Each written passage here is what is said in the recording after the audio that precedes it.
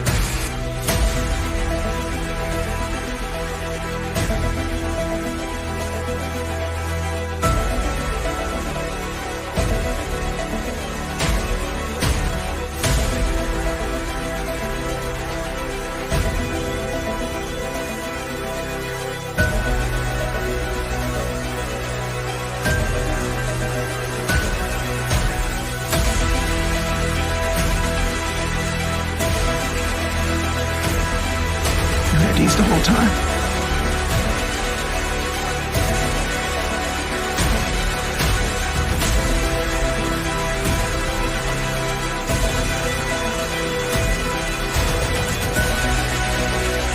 I'm gonna get you there.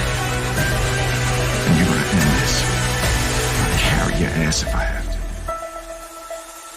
This shit is gonna be like a chapter in the Bible. Everybody's gonna know what we did.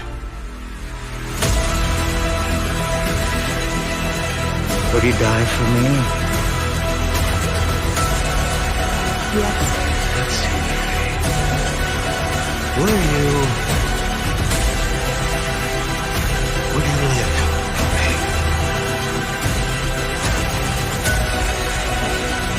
Yes.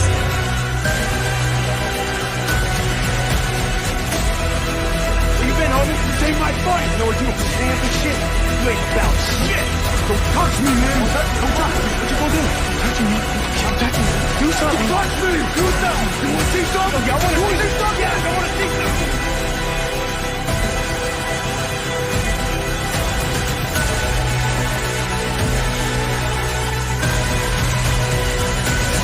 What?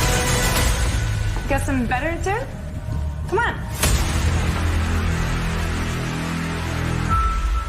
I know the possibilities are endless, and it's starting to look like this idea isn't just an idea anymore. Looks like it could be a future. What's going on? What's going on, y'all? It is your boy Skywalker the Jedi back at y'all with another one. You guys could be anywhere else in the world right now, but you're here with me rocking out, and I appreciate that. I appreciate that wholeheartedly, and I thank all you guys out there for being a part of these watch-alongs. You guys are amazing. You guys have been supportive this whole time, and we've just been doing nothing but pushing this hashtag sell thing to new heights. And it would not be uh, for not all of you guys' efforts out there and helping push this thing. Much love, y'all. Shouts out to Seal Nation, the Cool Table family, the Mikey Verse, the Syndicate Network. It's all one network, one umbrella, one family. You know what I'm saying? So much love, all y'all. We got Sin Havoc saying, witness the descent of WB/DC Studios, the beginning of flop after flop after flop after flop. He's at first flop. Yo, we're gonna get to it. Yeah, I wasn't a super big fan of this movie, but we gonna rock out and we gonna watch it. Netflix went and secured this film for us as part of this deal, so we're gonna make sure we give it a little bit of engagement. Right. We got Chris Brown in the building, Brogu, South Cali guy, right? We got Spider-Man in the building. What's going on, Spider-Man? We got Music City Soul in the building. What's going on, all y'all? The Creed is in the building, right? He said roasting time. We got Mama Bear Art Doll in the building. What's going on, Mama Bear?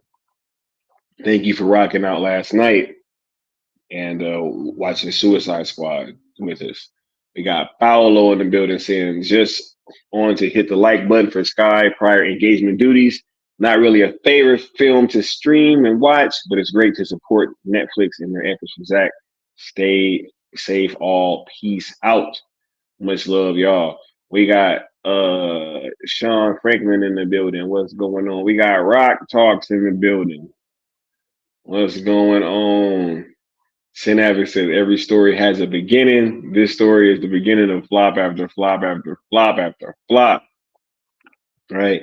Chad said y'all ready to, is y'all ready for Grace Randolph to be in Superman Lunacy? I'm actually going to have a dedicated stream to that later because I think that actually points to some other things that are quite troubling, but we will get into that at a later date. Right now, the name of the game is engagement, and we just putting all of our efforts towards that. Right? Yeah. All right. Sin Abbott says, see, we're not fractious. We can even enjoy seeing Levi begging like a dog. Hey, they know what's up. We ain't been labeled fractious over here. He wasn't talking about the cell community. You know what I'm saying? He made those statements way before we even came into existence. So he can't be talking about us. Chad said, I remember somebody said this movie had better action than Man of Steel. Well, whoever said that needs to be drug tested. You know what I'm saying? Yo, much love all y'all for being in the building. We got a packed house already. We about to get to it.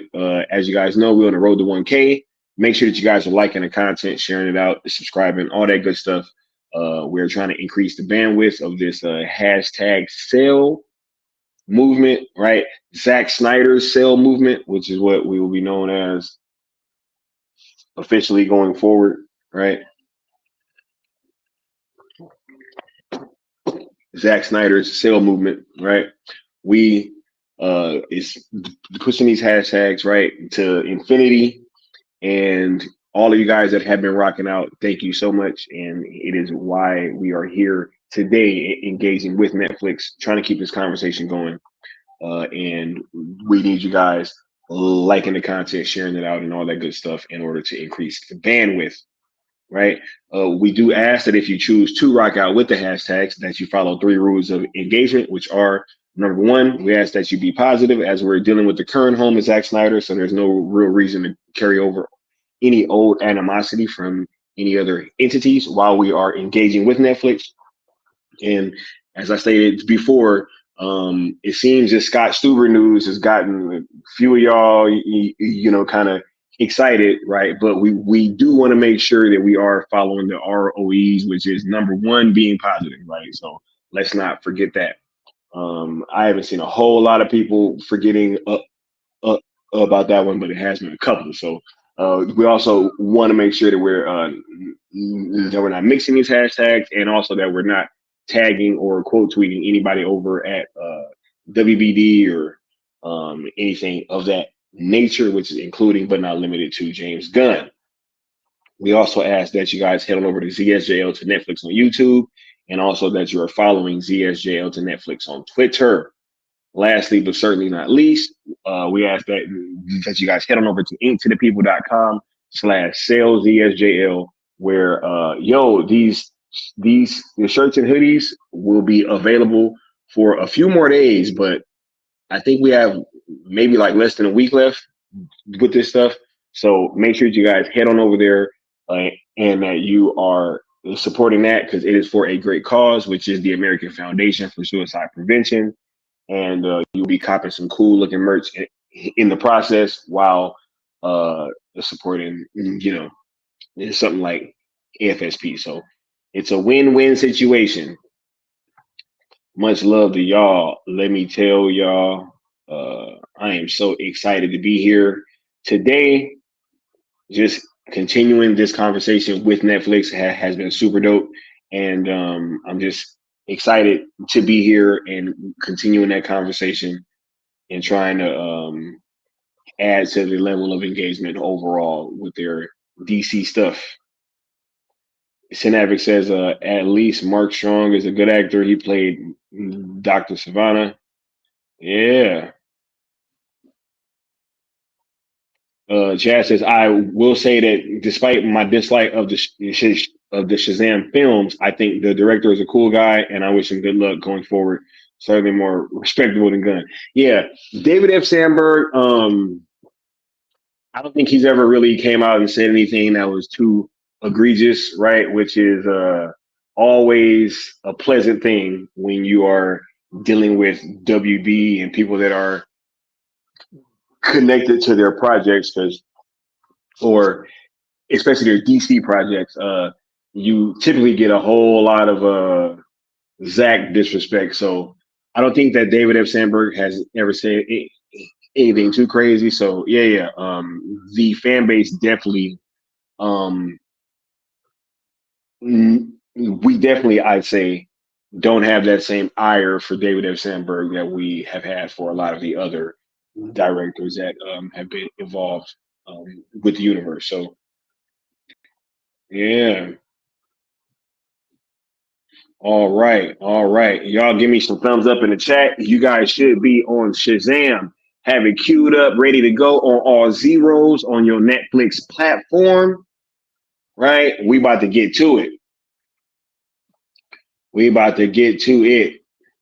We're about to watch Shazam on Netflix. It's still crazy. My mom forgot that I had told her, but she just called me earlier and was like, yo, did you know all the DC stuff was on Netflix? And I was like, yes, Mom. She was like, yo, why you didn't tell me? I was like, I did. And it was just such a funny interaction because she's like, oh, it's everything over there except, that other one. I was like, yeah, I already know. And it was just funny hearing her trip out. So look, the general audience is catching up. You know what I'm saying? They are engaging with this stuff on Netflix, and it's just a great time overall. We're going to take a quick commercial break, and then we're about to be back with the show. We're going to get it rolling. So let's tap in with the new gods real quick.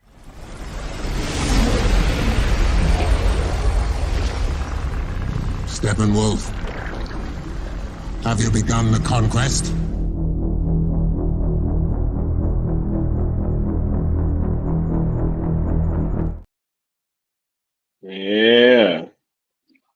Yeah.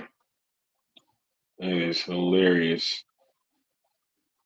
Let's see. Decide says complete the conquest. Absolutely. Have you begun the conquest? Sin Abbott said, shout out to Sky's mom. Nice. Hilarious. She actually really, really loves all this stuff. especially the Snyder cut. It is hilarious. She done seen it way more times than I have. She literally was watching it every day at work for like a while. I was like, "Why are you watching it every day?" And she was like, "Because I can just play it twice at work and my work day is over." I was like, "Hmm, you know, good point." Chad says, I missed the watch alongs for Suicide Squad and the Wonder Woman films, but I'm going to catch up with them on my own time. Hey, shouts out to Chad, right? That's why they're there. Live crew and replay crew are both needed, you know, about the same. So shouts out to everybody that be on replay crew for these watch alongs. Y'all can just put us in your ear while we rocking out, watching this stuff. All right, all right. So I got a bunch of thumbs up in the chat. Y'all seem like y'all ready. We about to kick this thing on off. We about to watch Shazam on Netflix. We're gonna start this thing off in 5, 4, 3, 2, 1, play. Shanavin said, Sky's mom said sell it. Hey, she definitely did say sell it, bro. She definitely did say sell it. She definitely hashtag team sell, you know. She was all kind of tripping out, like, yo, this stuff is on Netflix now, and ain't this what you was asking them to do? And ain't this what Mikey said? I was like, man, this is crazy.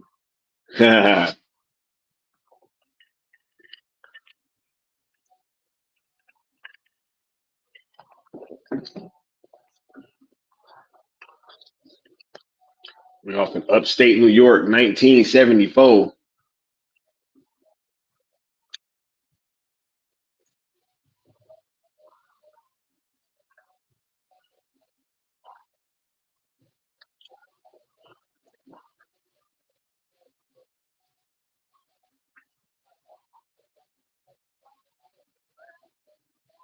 Hmm.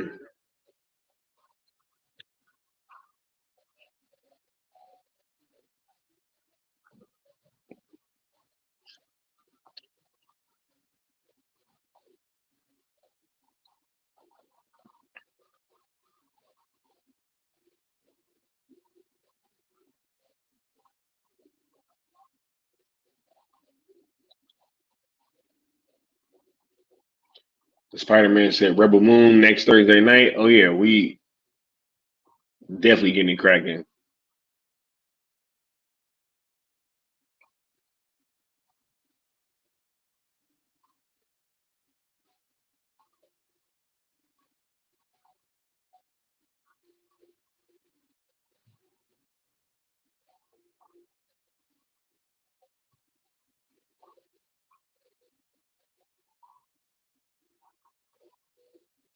Chad says he hasn't seen this since the pandemic began.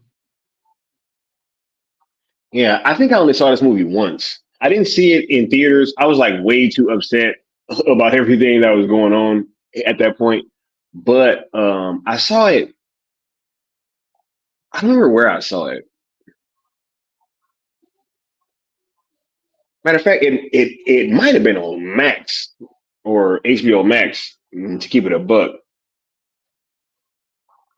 DC Talk said, "Where are we at in the movie? We just started it off. We are approaching 2 minutes and about 50 seconds."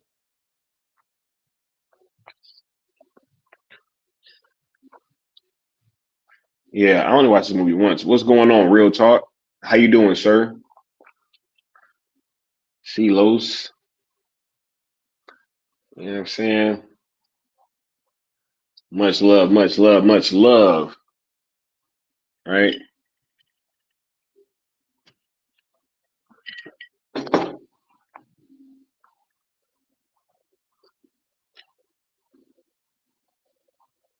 Hey, Jaiman Hansu. Right?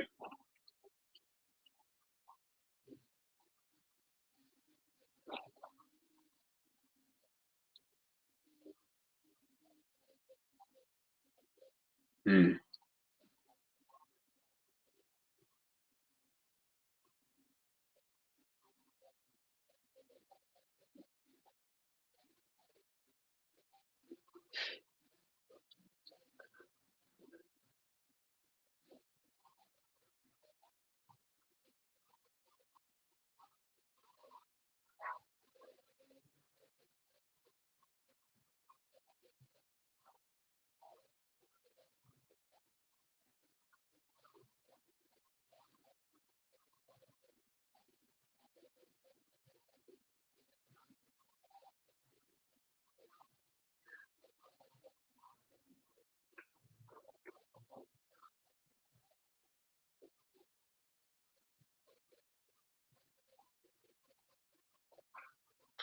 Yeah. Spider-Man said, "Take a shot every time Zach Levi is Korean's drinking game." I'm definitely gonna take a sip. We got the foreshadowing of him with the one eye, right?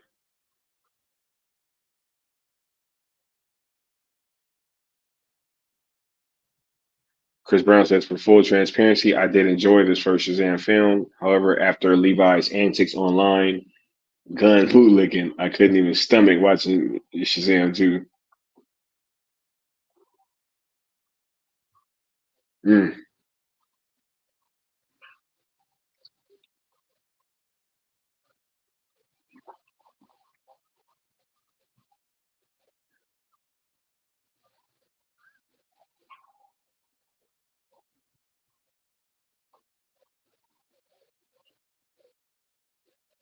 mm.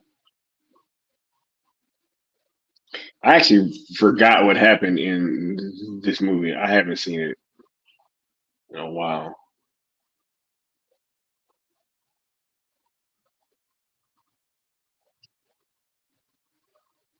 Said the seven deadly sins looking like demons from Doom, right? Mm. Oh, snap.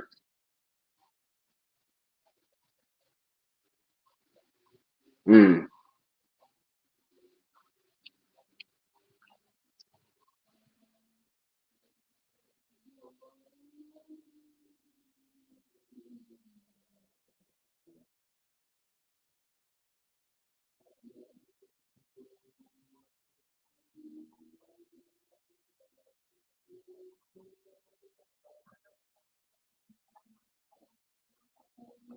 Bad accident,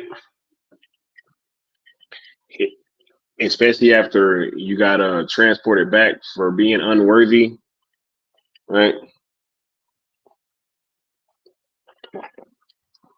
All right, so dad ain't there, brother's still alive. Isn't his dad still alive later though?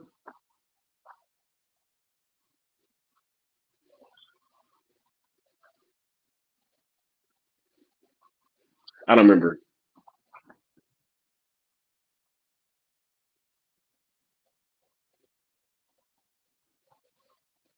Mm,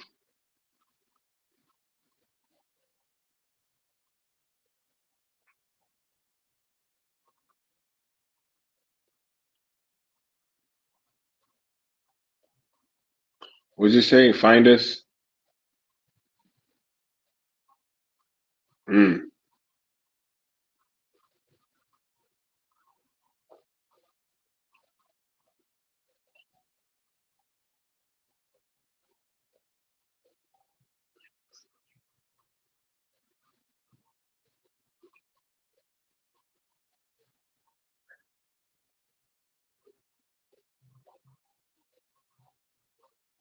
mm,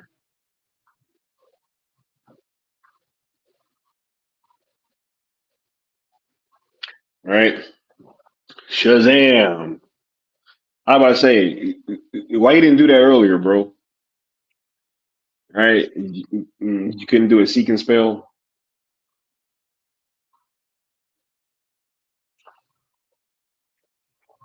Spider-Man says every part of this movie, flashback or otherwise, takes place on Christmas. Every important thing. Mama Bear says, I call shenanigans. Nobody wore seatbelts back then. That is facts. Right?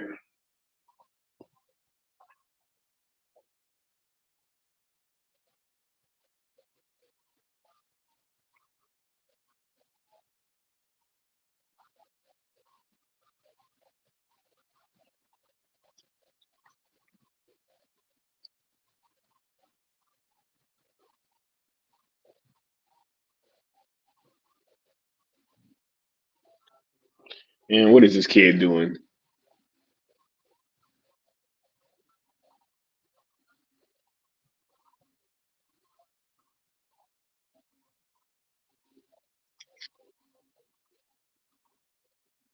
Why are they walking up trying to?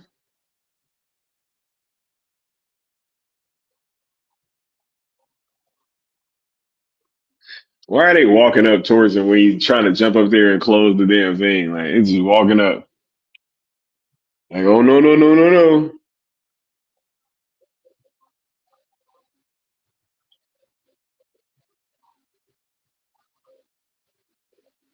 Mm.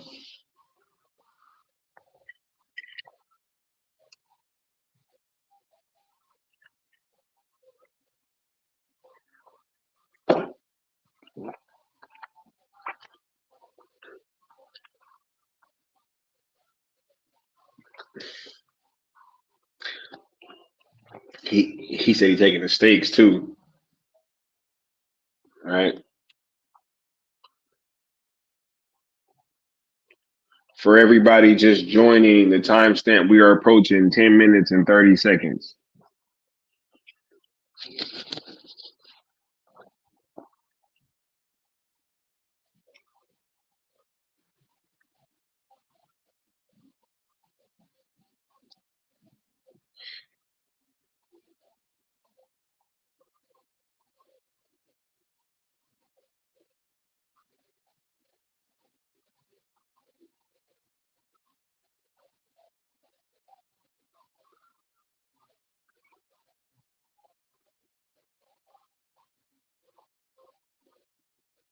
I think I'm remembering a bit about the story, and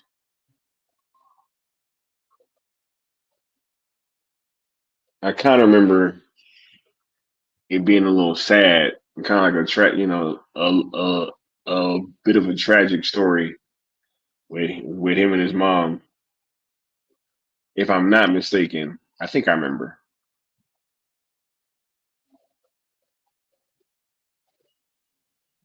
Chad says the worst mom in the DCEU, right? Yeah, yeah.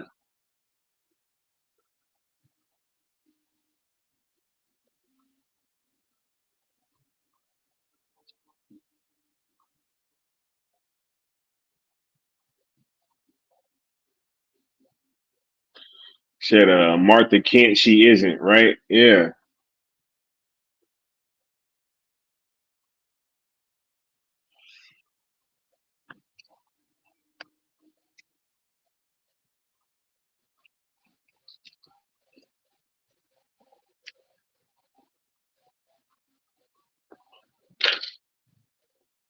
Yeah, definitely not a Martha Kent. Hey, yo, we got a special guest popping through, right? Y'all know him as the man behind the intros. You got the homie, the good Austin, stopping through. What's going on, homie? Hey, what's good, homeboy? How you feeling? I'm feeling good, man. I'm feeling good just as ever. Had a nice Sunday football day. My team won. Hopefully everyone's team won. Yeah, chilling. I actually look forward to rewatching this movie because I haven't seen it since I watched it in the theaters.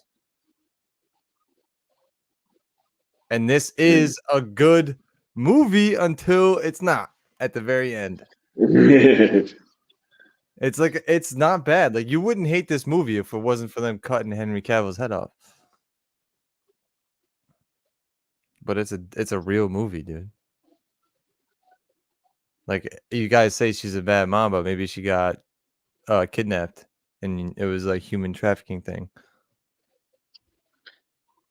Yeah, I don't remember. Until we see it right now, I think. What's good, Spider-Man, Havoc, Mama Bear, Chad? Thank y'all for being here. This is a solid Christmas movie. Oh, also him wanting the tiger being on his backpack. It's a shout out to Tari Talkin, whatever the tiger's name is, that's in the comics with him, and like a companion of Shazam. Little Easter eggs.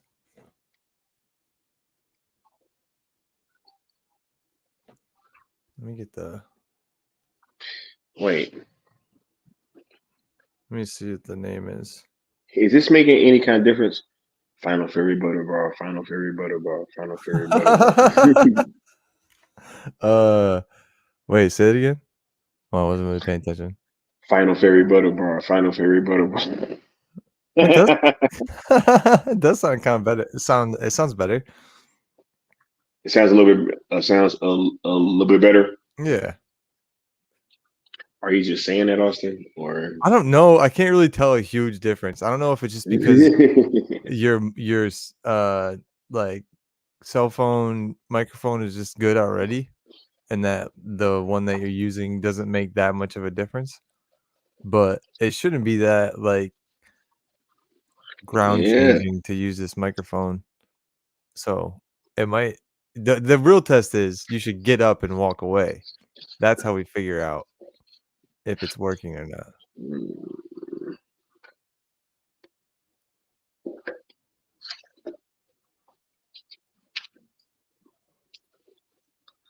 All right.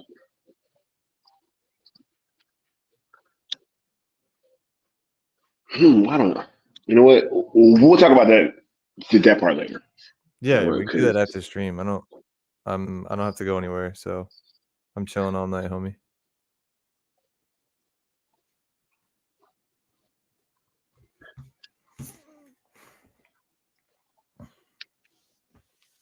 Now that foster mom, that's a different story.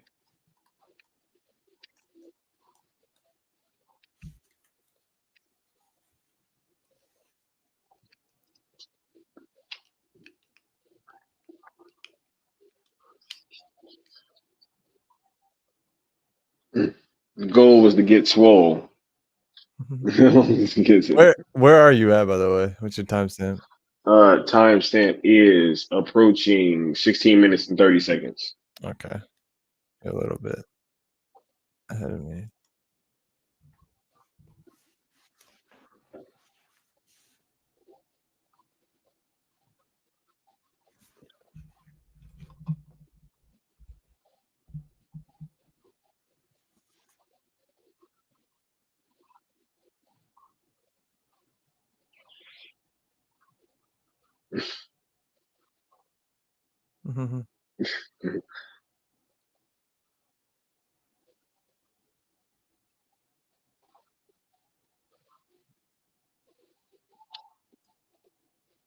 Oh boy. Rock Talk said, anyone want a set of kids? They're free to the highest bidder. He said, seriously, free. He got the Tornado Twins, right? He got the Tornado Twins. It's on you, dog.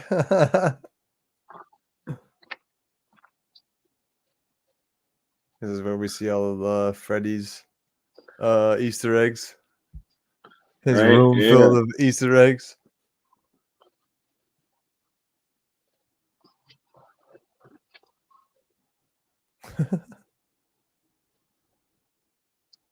It's what? There's no way it works, dude.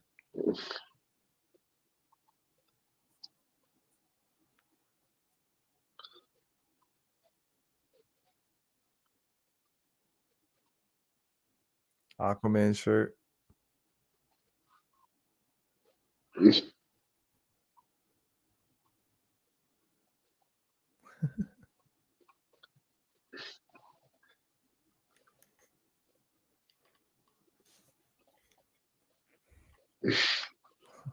He gets real Game of Thrones around here. No, I have terminal cancer.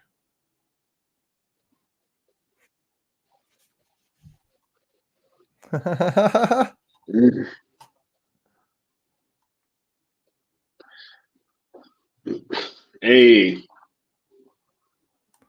Why so dark? Yeah, you're a foster kid. You got it all, right? Batarangs. You're more of a Suits guy, right?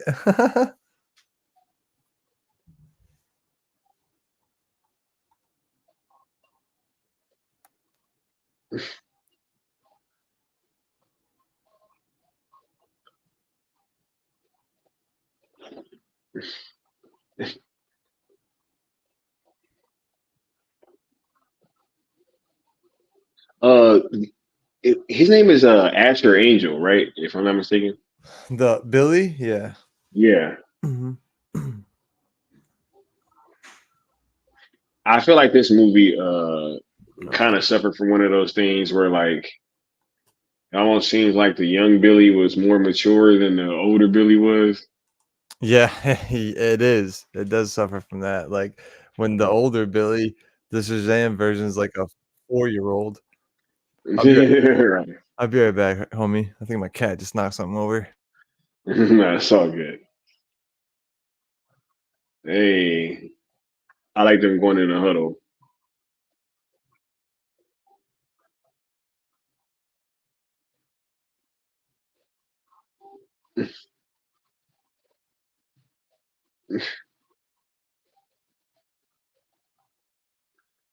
Freddie got the Superman backpack.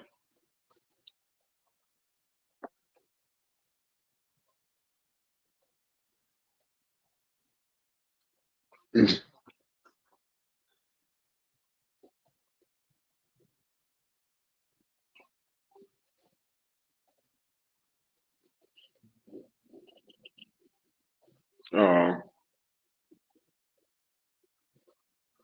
oh, man, you hurt her feelings, bro.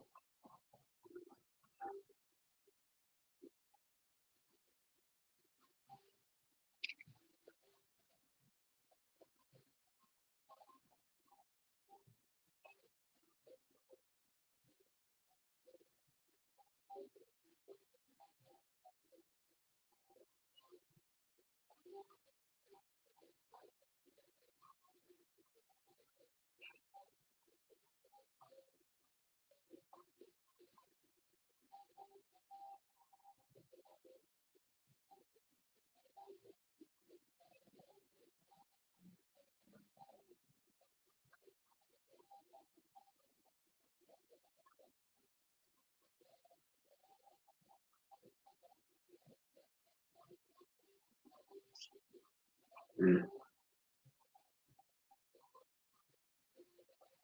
Mass hysteria. You still got that 8 ball, huh?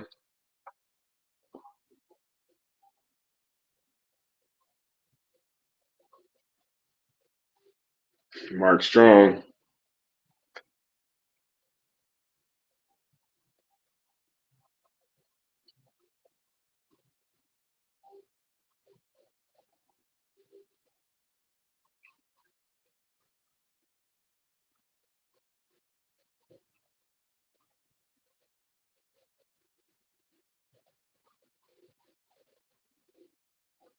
Mm.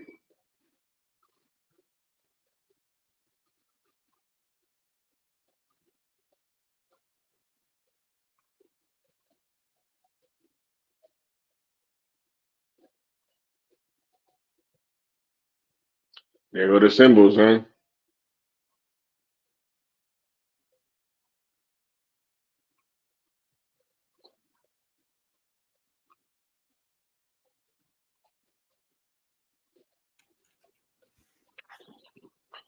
All these people, same story.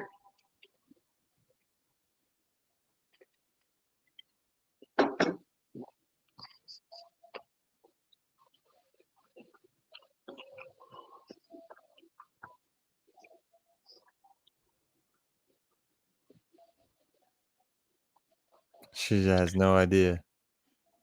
What's up, Ty? Right,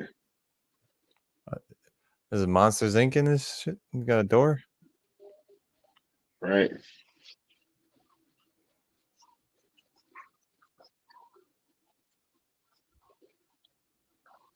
Got Action Figure World saying, I don't understand why Rock didn't want to be in this movie. The Wizard and Tess Adam backstory could have played well in this movie. Yeah. Um, Well, it's not that he didn't yeah, want to be in this movie. I don't know if it would necessarily fit that well. They did do an Easter egg. If you see, we'll see an Easter egg of Black Adam in this movie. So don't worry. yeah. We'll see that. And it's like, honestly, uh, honestly, knowing all the behind the scenes stuff, you know what I'm saying? Who knows what they was talking about doing with this movie Facts. back at that point, bro? You know Facts. what I'm saying? I think also part of it is like it's fine. It's just fine when people want to have their own, like, let's let superheroes have their own movies when it's a. Oh, she's done. Yeah. Wow. This is PG-13, dog? Yeah. What the fuck?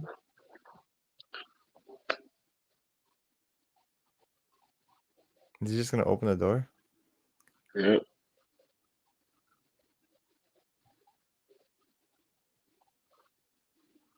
Hey, she wasn't worthy, bro.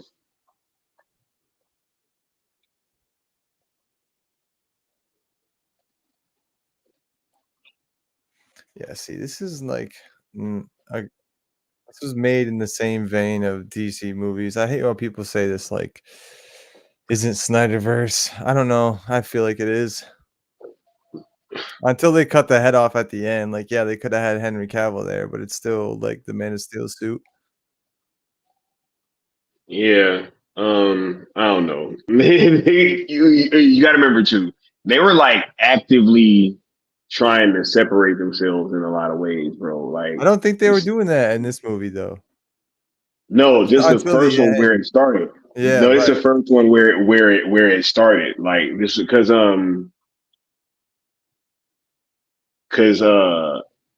Aquaman was the first film after Justice League. That one did pretty well.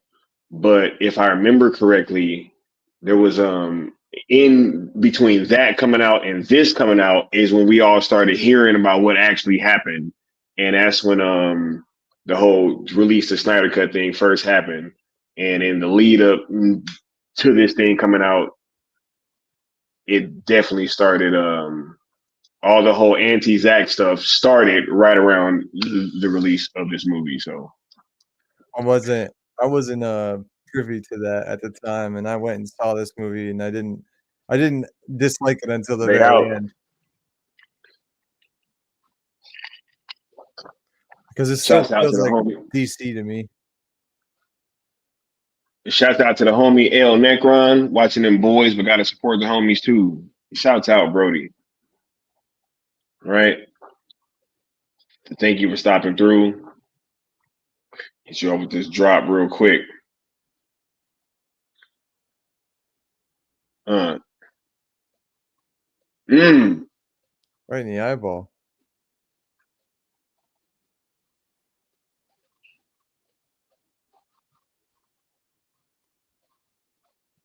Let me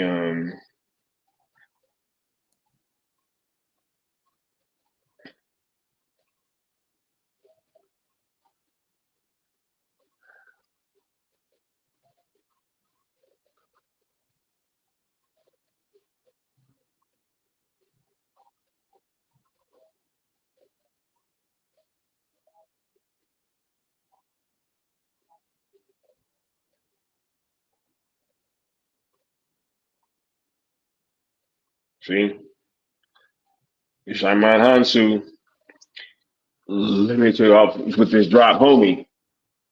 Good stuff. Real quick, Zach. Shout out. Last question is, I want to ask you not about the legalities or like the probabilities or anything like that, but can you just speak to the resolve of your fan base that now that we're trying to get this thing sold to a third party? The fan base has consistently been amazing and consistently, look, regardless of what I think, the fan base has their own ideas and they seem to win.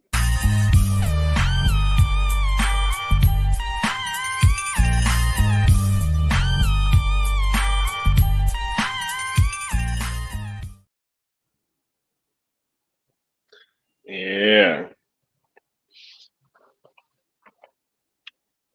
He's got a Batman shirt on. Yeah. Approaching 29 minutes for the timestamp.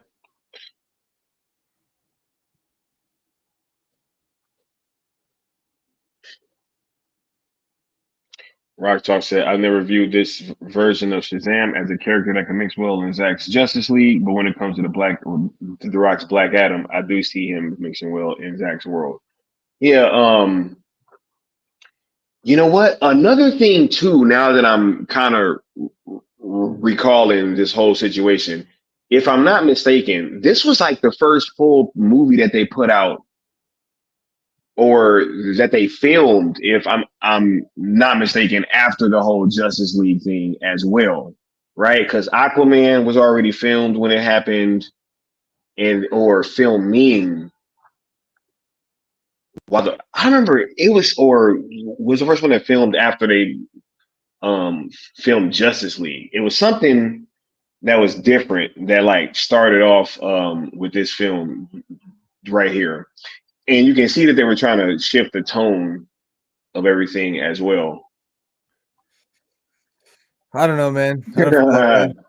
I don't feel that way. I feel like it's supposed to be more of a lighthearted movie, but it's still very DC in a lot of ways. Mm. Like this isn't. It's supposed to. It's a Shazam movie. It's not supposed to be super super dark, but and we've already seen like some crazy deaths already. We're gonna see some more dark shit. There's a ton of like Easter eggs in this movie too, which was like that's like Zack Snyder-esque. Mm. So I don't feel that same way. I felt like this was a and still to me, I still consider this part of the Snyderverse. They had a batarang, they had Superman being badass, there's a bullet from him. They have the Aquaman logo. That's I that's think Zack it's the Snyder's Zach. Aquaman.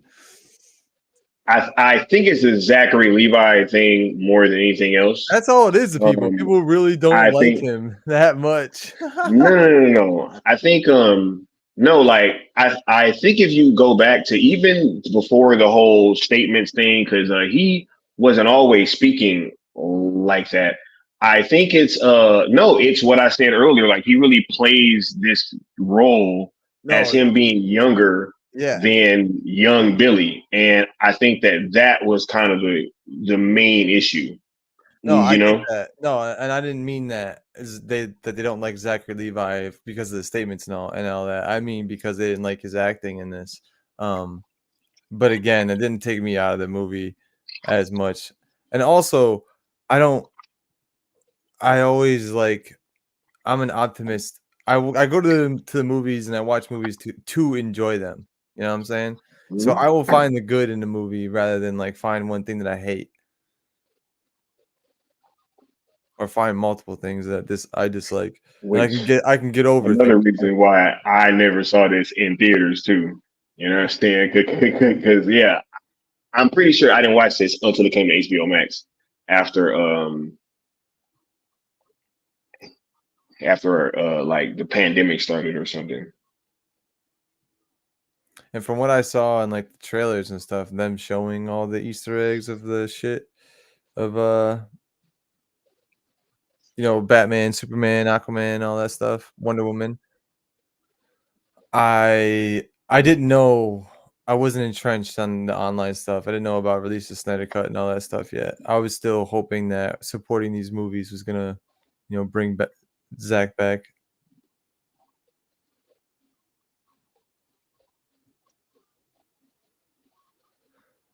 That was There the he only is, one. bro.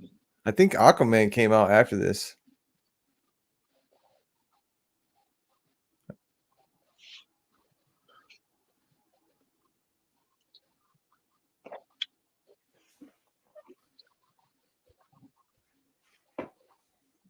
The only thing I don't like is his like facial hair. Shazam the Wizard.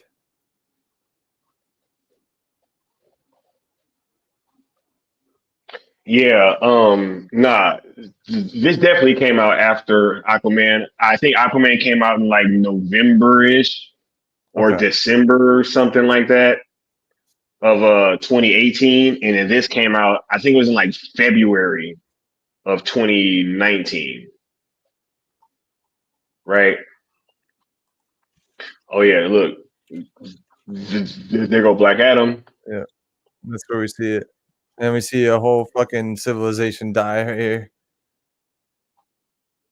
Millions.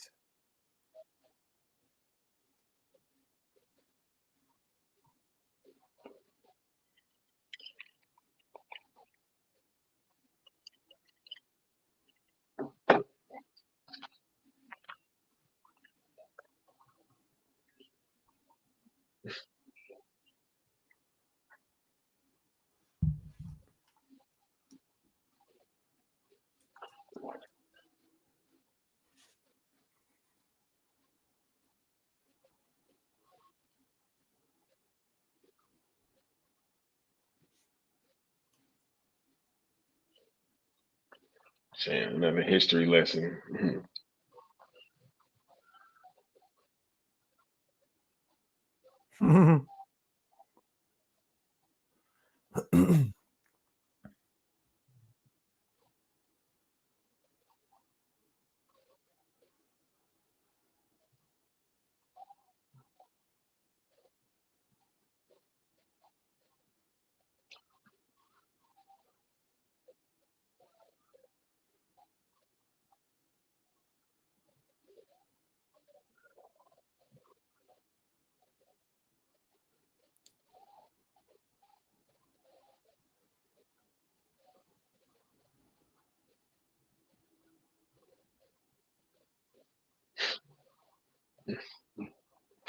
To see even that, and even in that joke moment, they don't let him like make it a moment. Goes back to seriousness to me. He's also a kid. Yeah. Yeah, I think, yeah, I really think it was the Shazam, it was the Zachary Levi casting, yo. Yeah. I really think that that's where they went wrong.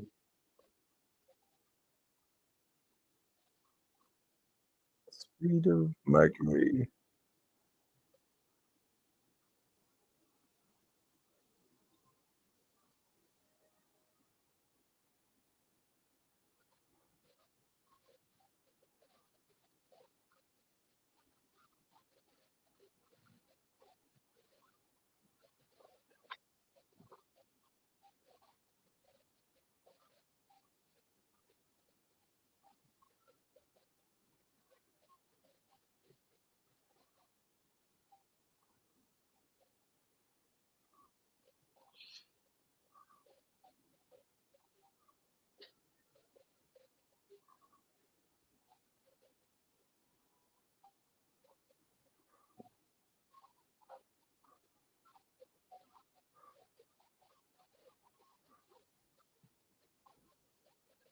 Chad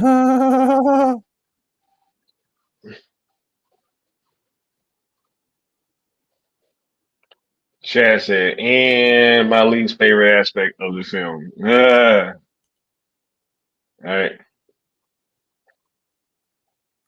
Just buy into it, everybody. Buy into it, I swear. Just for this Shit. movie. I didn't watch Shazam Fury of the Gods. I don't know how that is. Yeah, I haven't seen it yet either. You're asking how I felt about Joker being the only movie next year and also a musical. I mean, I'm gonna check it out. I'm intrigued. Love the first movie. I I watched think the fact that it's a musical is crazy, but I'm at least see what's popping with it. So the trailer, see how it is. I think Todd Phillips earned that from me with that first film. I was a He's really big fan of it. he's an actual friend of Zack Snyder, so And he makes dope movies, yo. You know what I'm saying?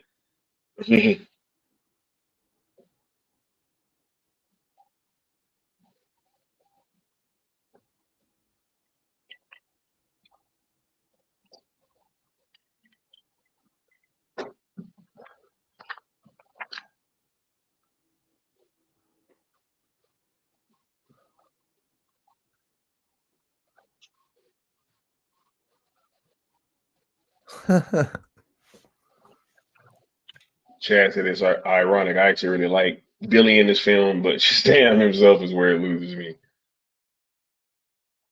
So you kind of smell, bro. the way that Sil put it was this film has a protagonist problem.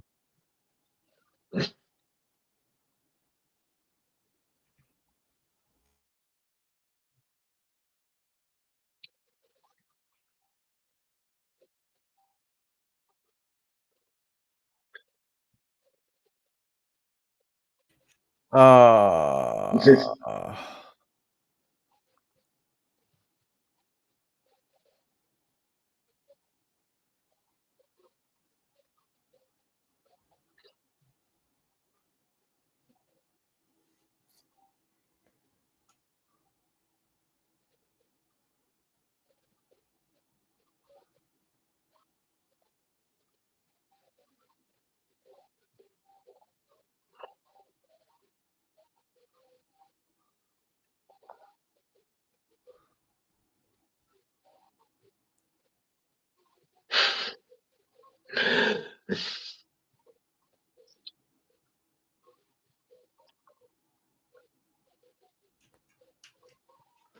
And this seemed realistic to me. Like, how would you try and figure out you had superpowers?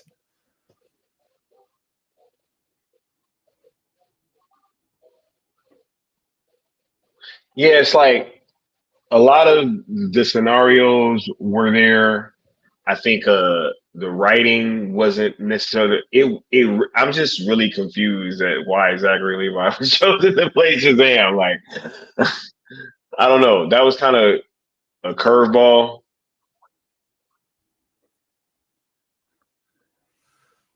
Especially when it was rumored that they were looking at like Mark Wahlberg. Just like, yo, I really think he could have played off the whole kiddish exuberance a lot better without it coming across the way it did with it being Zachary Levi.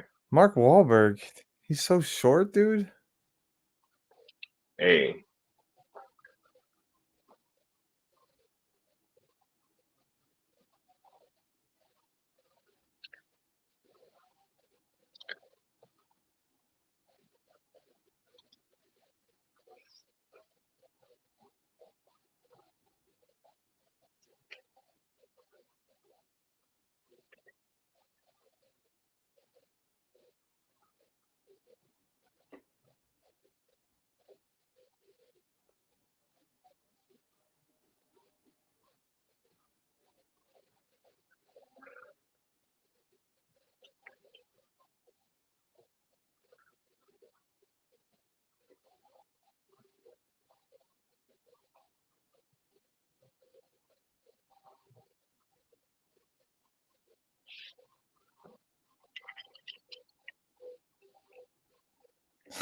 Go, dude.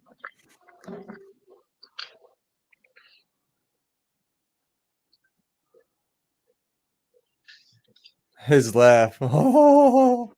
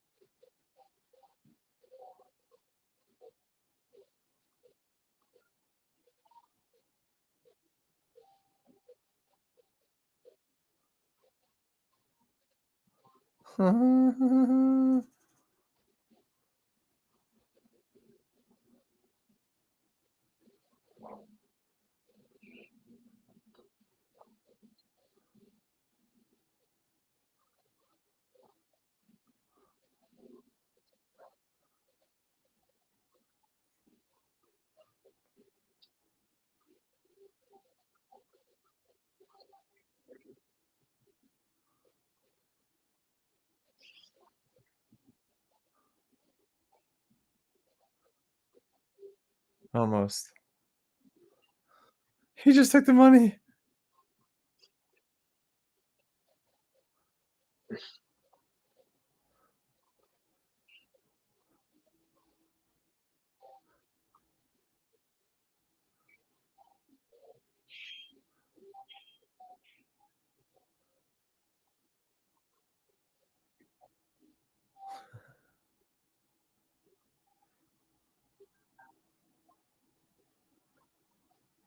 Love how they got blunt wraps and shit. The bar's lager is supposed to be an Easter egg. I don't really know what it's from.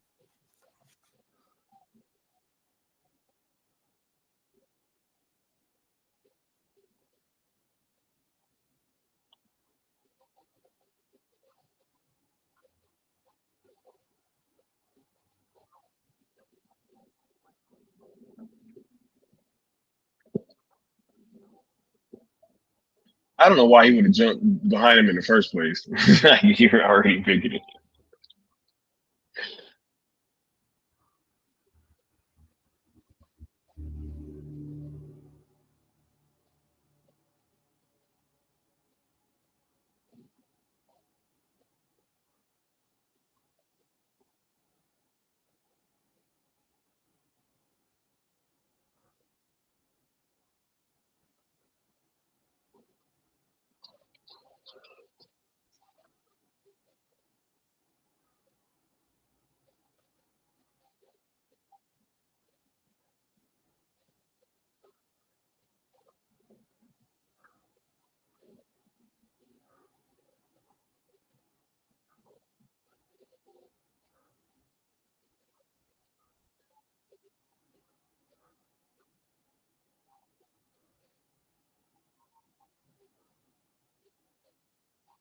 Oh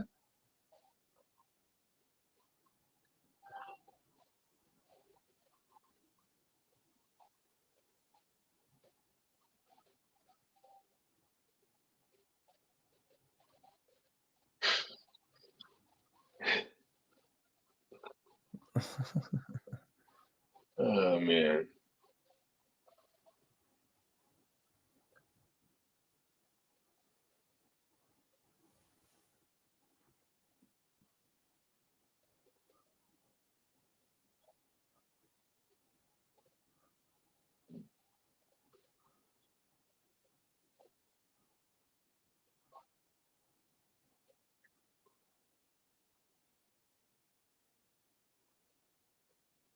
Oh, I'm out.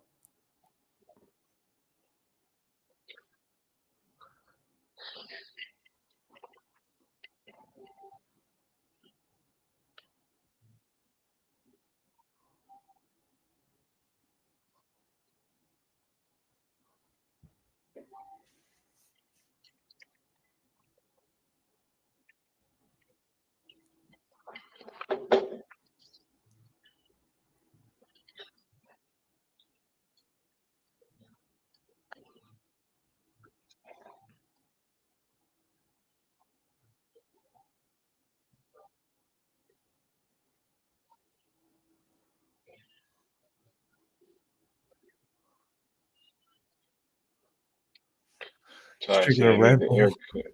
So bad rewatching Suicide Squad. Me remember how good and wild we were. Yeah. And fire soundtrack.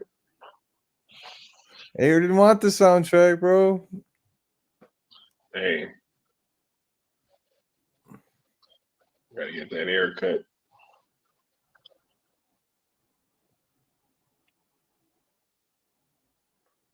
It's got duct tape.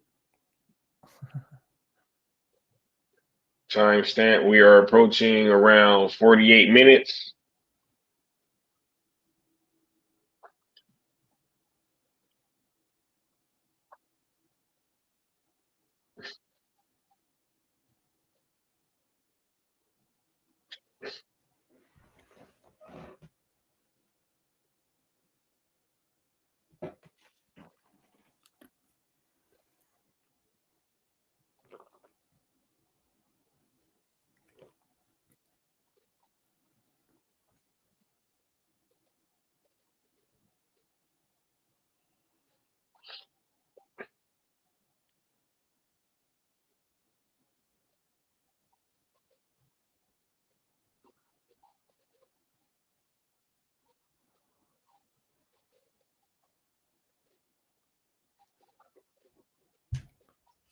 Ah! Oh.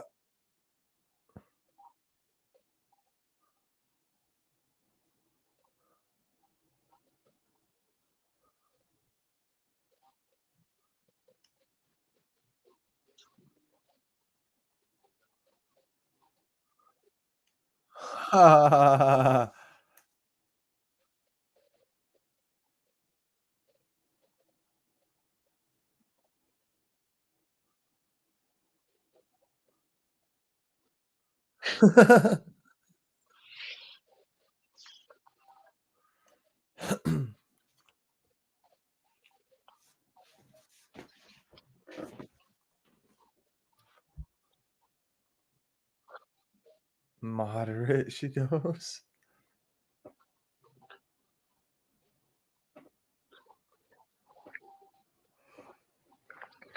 DC Talk says, see y'all later. Gonna leave the movie playing. Hey, shout out to you, DC Talk. Oh, so now it's your sister, huh? Yeah, I know. Just earlier, you was all like, hey, we ain't brother and sister, right?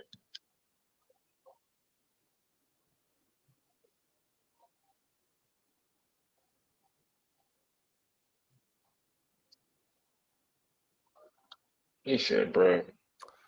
That's his dad.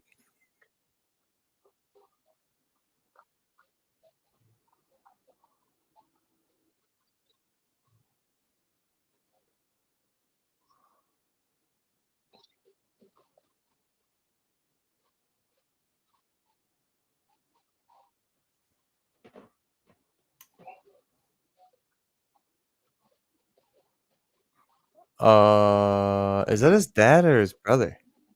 No, That's his that's his brother. dad. That's his brother. Yeah, the brother's right there.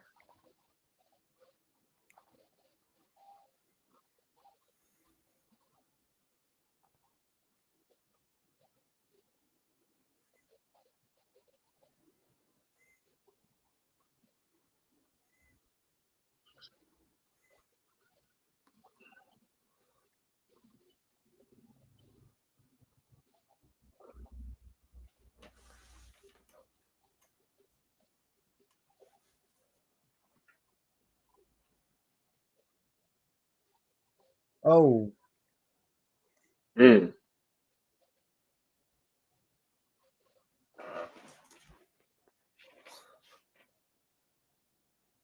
Mm.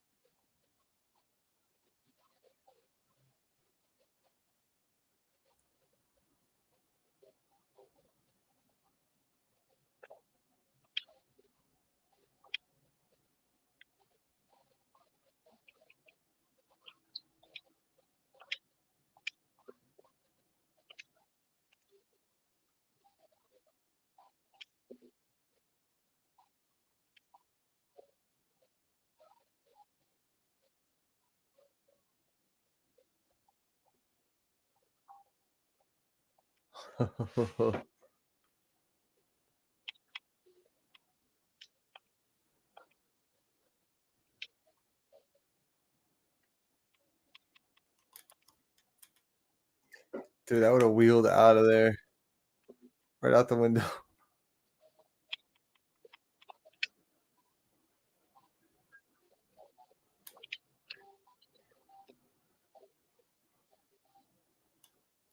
Greed.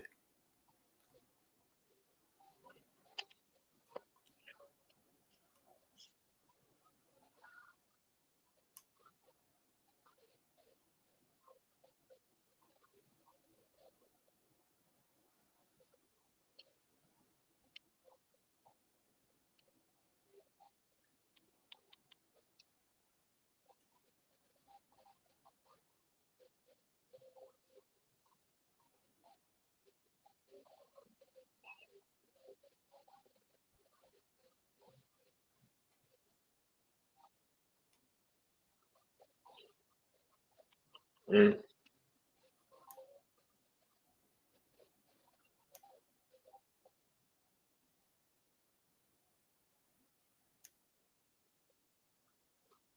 What part are you on, Austin? Just making sure we all synced up. He's walking out the door. Oh well. He said, "Oh, greed. You can have him." So it's like 54, 20, 54, 30. Wait, no. Just walked that. It's 54, 55, basically. 55 minutes. Hit the elevator. Walking into the elevator right now.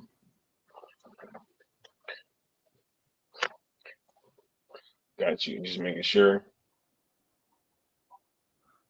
Yeah, the stuff with Mark Strong in it was pretty dope. Mark Strong's a great actor. Especially when he's playing like an antagonist, he's usually pretty menacing and things of that nature. So you can usually bet that Mark Strong's gonna bring a dope performance. Yeah. And it was.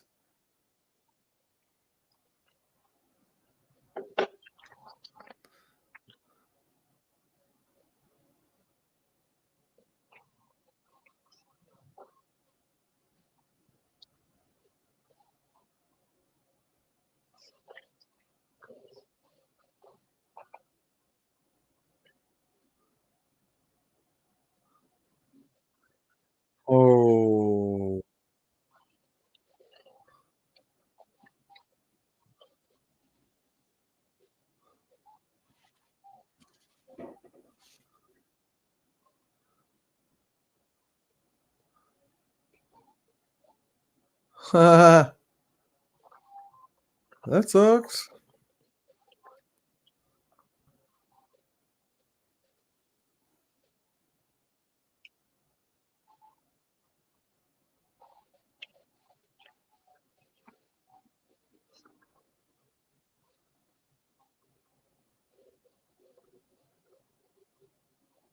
Sigma said, "Y'all watching this shit? It's a ham salute because I can't do that one." Yeah, we here engaging with Netflix, bro, for better or worse. We got having saying, you guys remember Mark Strong is Sinestro. Oh yeah, absolutely. I recall him getting that yellow ring right at the end of the movie. Yeah. Right. I didn't hate that movie either, like everyone did. Green Lantern. Yeah.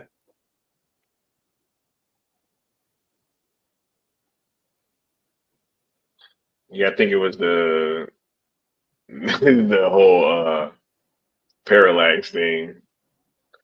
Yeah. So just people just don't like stuff. Don't like to like stuff. I feel like out there.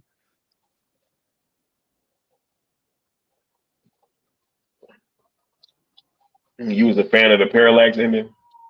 No, but like that didn't like make me hate the movie or anything like that. Like I enjoyed that movie for the time. I haven't like rewatched it in years, but Oh no, it was the suit. people have problems with this too. I didn't hate that either. I didn't hate that either. Suit. Oh yeah, and that was I don't know. I remember him in that liberal, woo, right? Got the little training montage going on. Yes, sir. Right here. A little bit of Queen playing. Chad said, interesting how nobody complained about a truck getting destroyed in this movie. Nah, it definitely wasn't the same thing.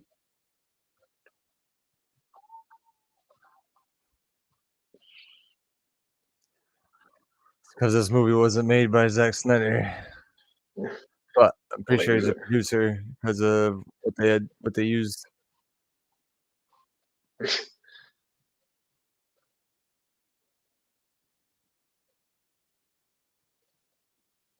Secret fire test.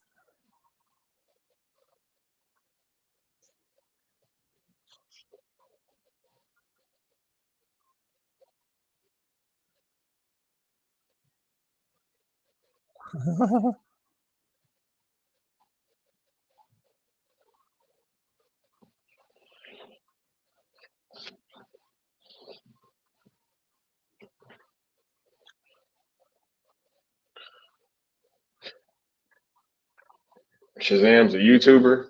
Yeah, Freddie is.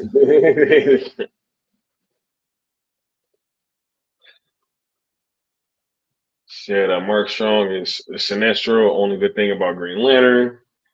And then Sigma says, yeah, Green Lantern was my favorite since I was a kid. Ryan Reynolds was the one that killed that movie. Horrible, Al Jordan. I haven't seen it in a while. I just remember that suit looking crazy and the parallax thing at the end. I was like, I can't believe they turned into a big ass cloud, man. Like it was kind of wild.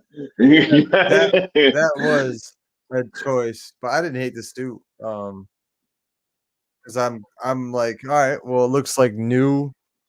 They have the capabilities to do like CGI, so.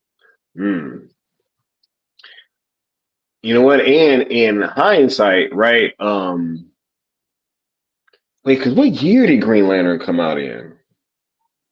Man, 2009 maybe 2012.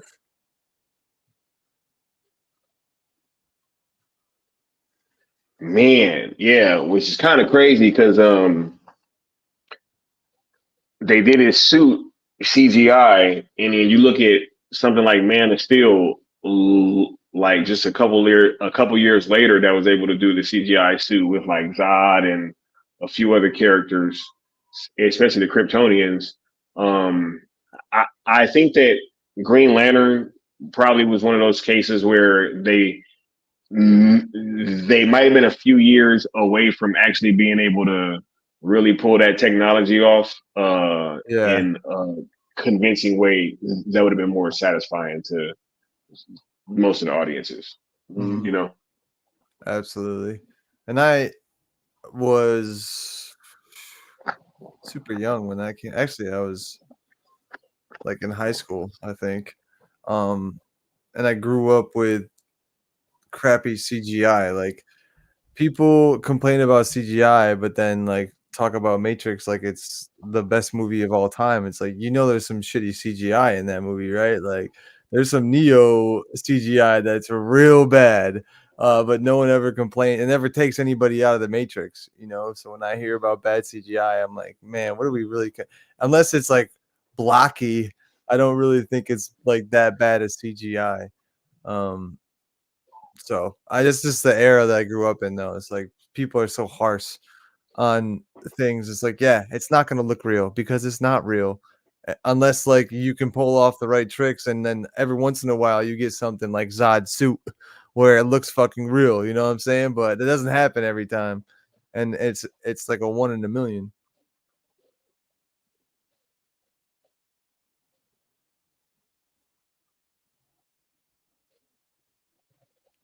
Still haven't figured out a fucking name.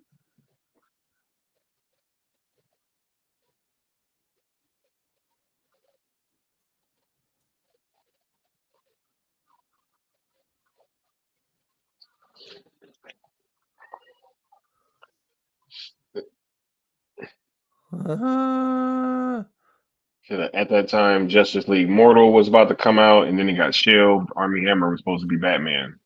Yeah, yeah. Justice League Mortal by George Miller, right? Would have been interesting to see.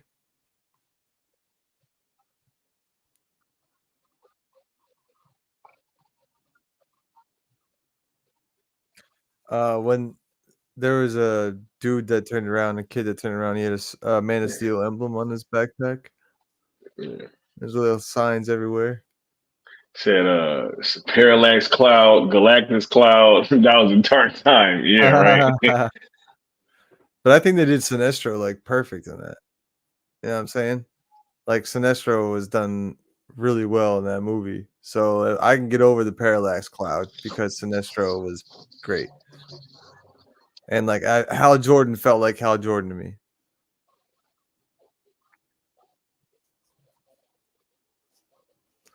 But again, I also haven't watched that movie in a shit ton of years because why would I go back and rewatch that when I have things like Man of Steel, BVS, Zack Snyder's Justice League? Hell, I watched Flash too. I enjoyed that movie. So many people hate on that movie, but as a Flash fan, I like that movie.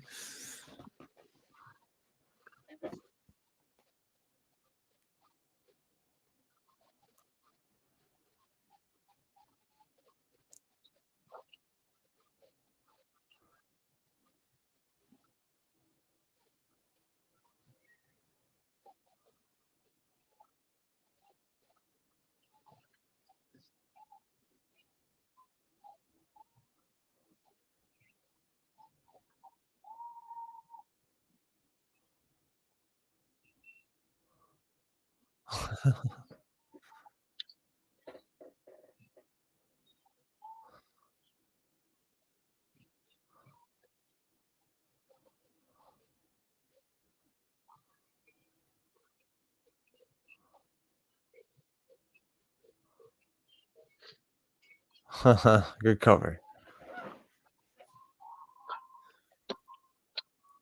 Superman shirt, Man of Steel shirt now, backpack.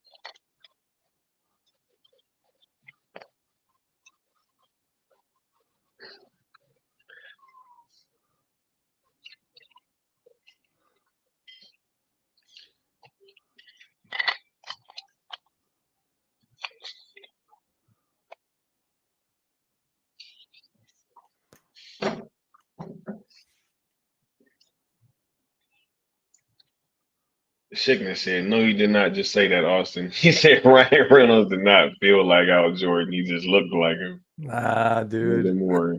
You just hating.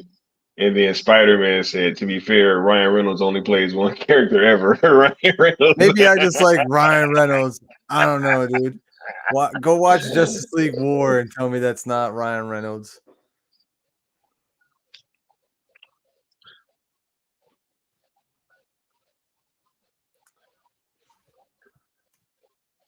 I gotta find that Blu-ray. Justice League War is dope. Yeah, dude. And it reminds me of the Green Lantern that I saw from Ryan Reynolds.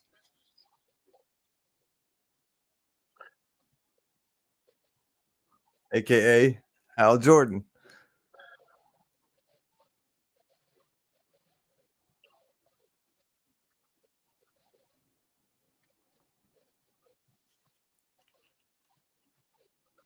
Don't be talking to Flash about Hal Jordan, dog.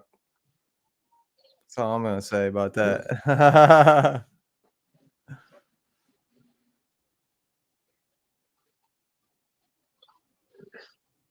And you got to be thinking about the time period too. It's when he's just getting his powers. He hasn't encountered a whole lot of Green Lantern depression yet. Hold on. I'm gonna grab some more ice. I'll be right back.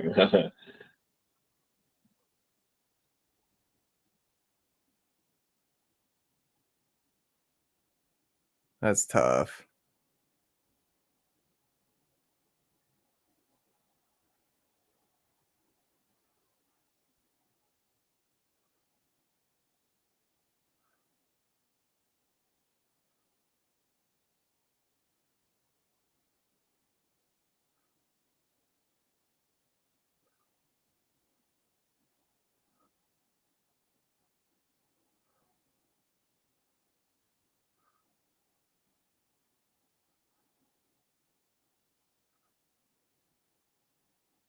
That's tough.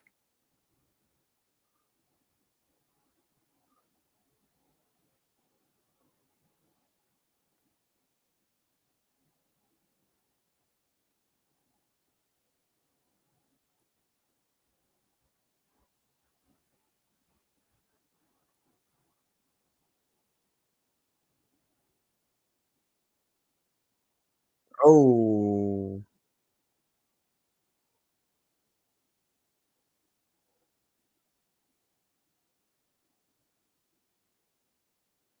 classic buff bust off a bridge.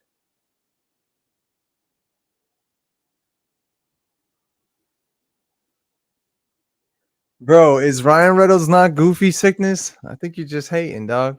Gotta check yourself for drinking that haterade. You're saying the same thing. He's a goofy variant at best. Goofy variant is Ryan Reynolds.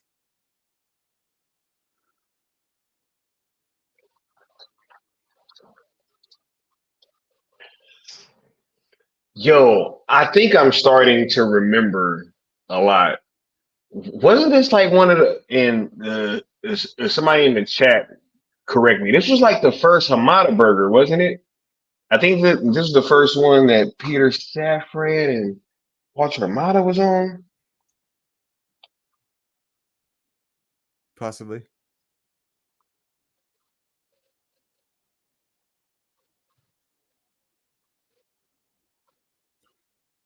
Dead mattress.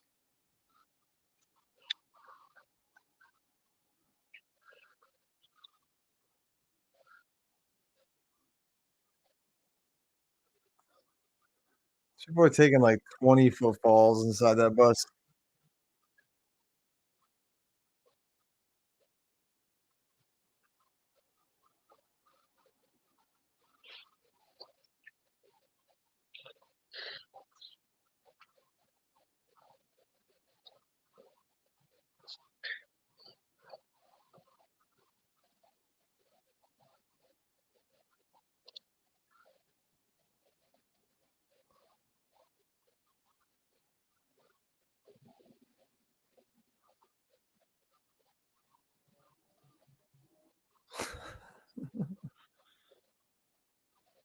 That feels like Peter Safran inserting that shit right there.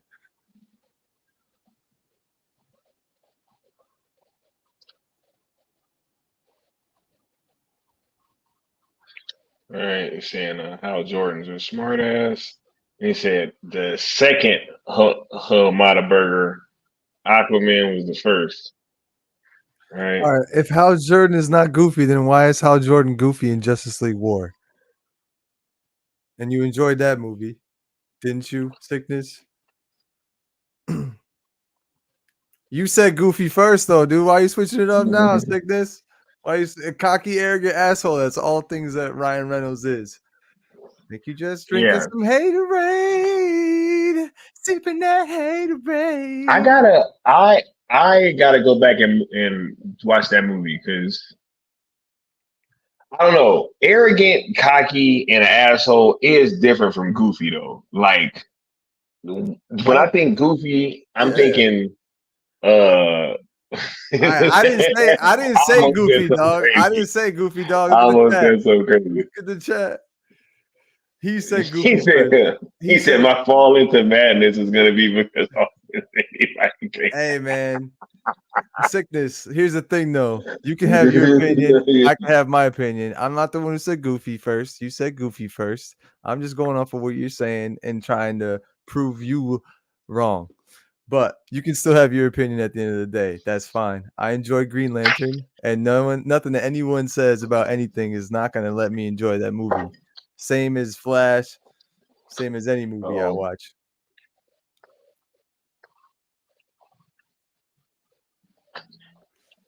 Here go your boy. Chosen One.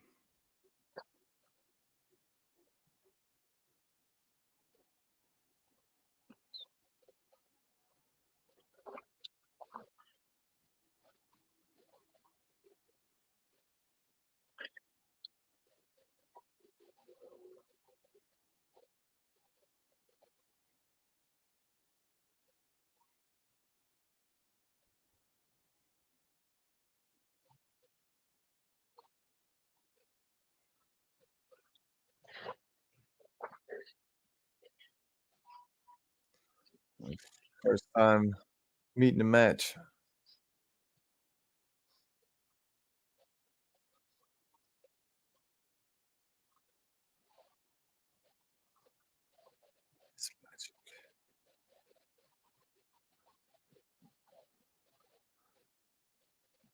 Ooh, not shot.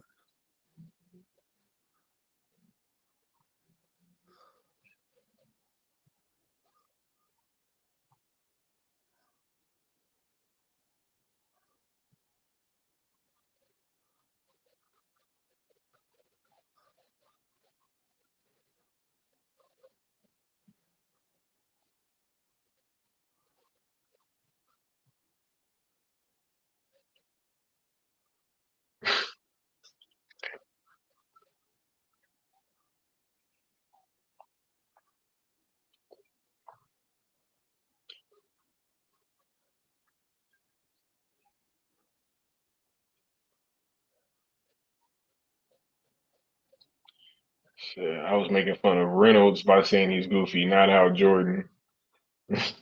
All right, dude. You go back and read your own chat, dog. You read your own chat, homie. You said that the Hal Jordan in Justice League War was a goofy variant at best. That's what you said, Sickness, not me.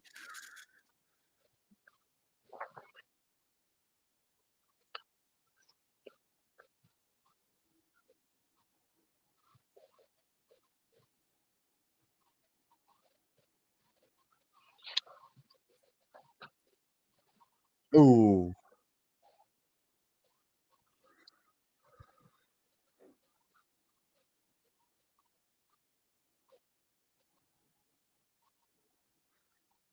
See, now, if this wasn't a Hamada burger, during this fight, I feel like Superman would have showed up.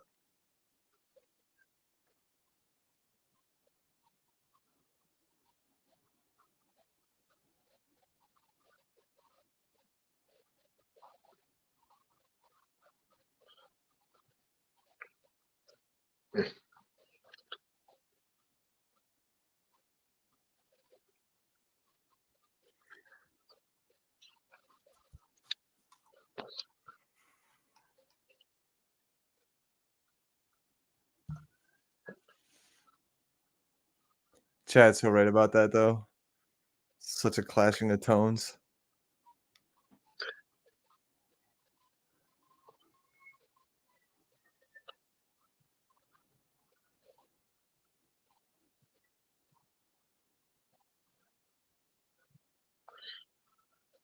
Wait, how did he get his sunglasses back? Fucking super villain, dude. Did I miss something? I think he put them back on. He never he just took them off. He didn't lose them.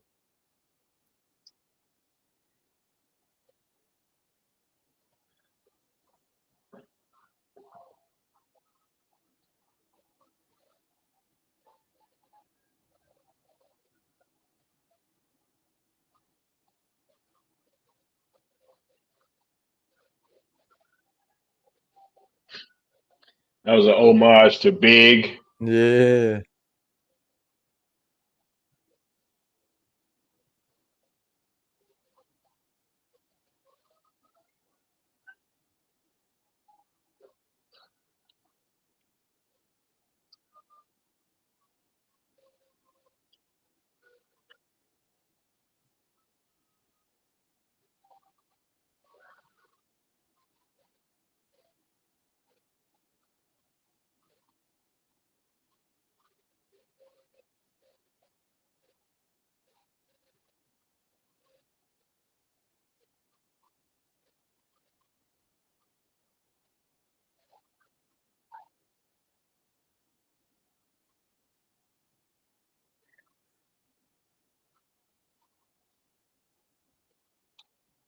He said supervillains always have a pair of sunglasses on standby. I'm just saying, like, he put them off.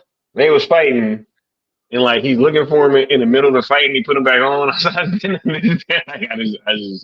I don't know.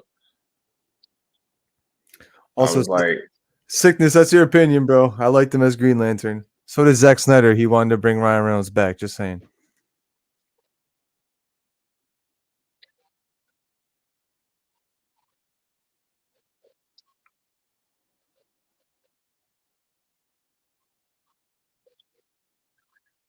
Good try.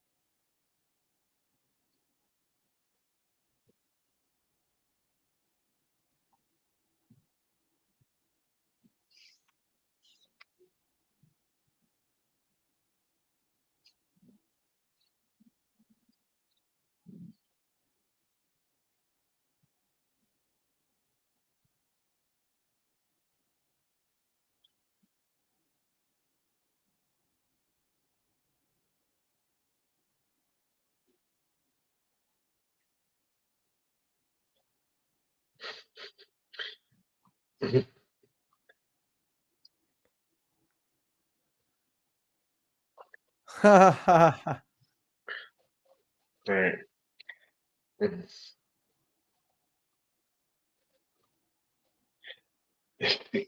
Hey, Sickness said no, Zach didn't want to bring it back as hell. That was a Grace Randolph scoop. They got debunked. I can't wait to talk about these Grace Randolph scoops, bruh. Hey, now that I think about it, we got to question every scoop she never put out these Ever. Hey man, I would have loved to see Ryan Reynolds back as Green Lantern in the Zack Snyder direction. D. Broderick. The timestamp is 1 hour, 22 minutes, and 10 seconds almost. So, yes, that is a time marker.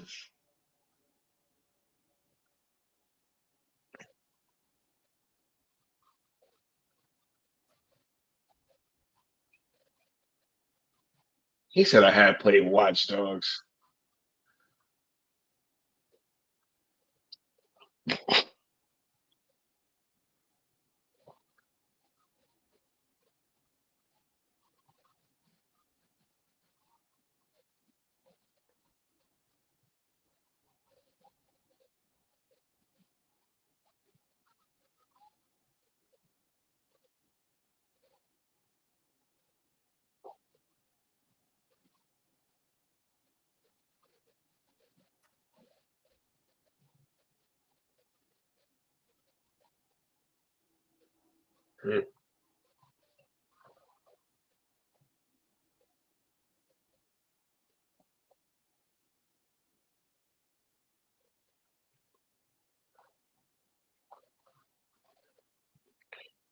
Mama Bear said, question, if she's in the DCU, then why are her DC scoops so trash, right? That is a great question. I will ask you guys this other one. How do a lot of these breakdown channels have all this information and access to these trailers and all this stuff early, and they be getting stuff wrong all the time? I think they meant to like throw you guys off, you know what I'm saying? Like of what's really going on. Right? Nah, it ain't Billy.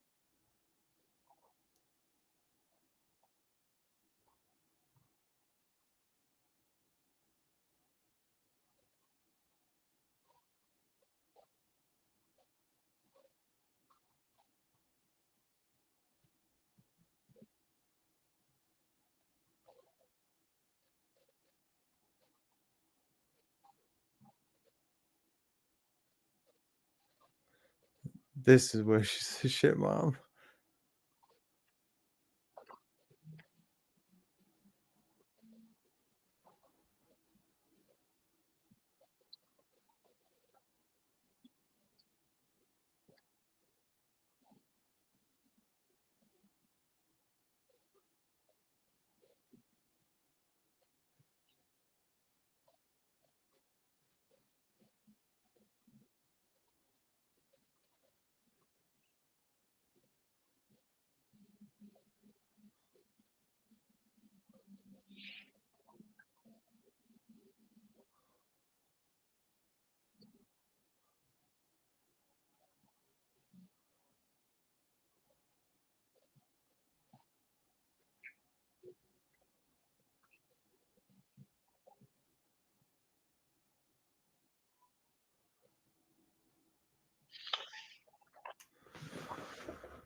I actually liked that they followed through with her being like a trash mom and it not being something where like Right.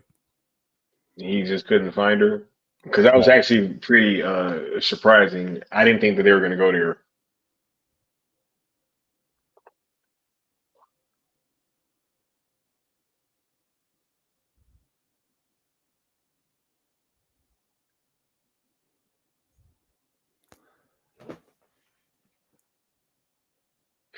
She didn't even remember.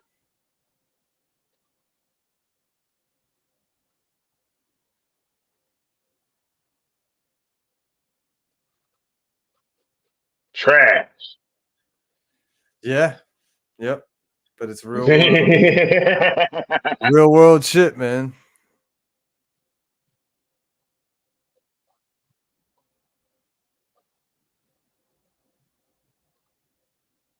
Mm.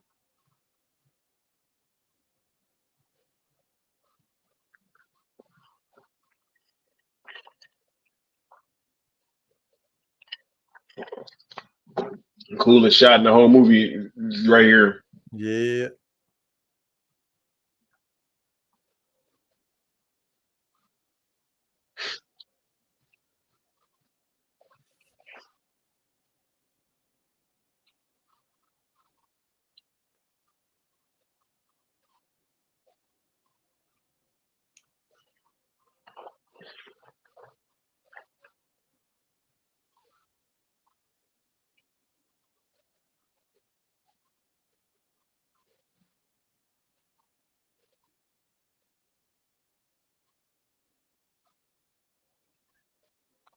Huh.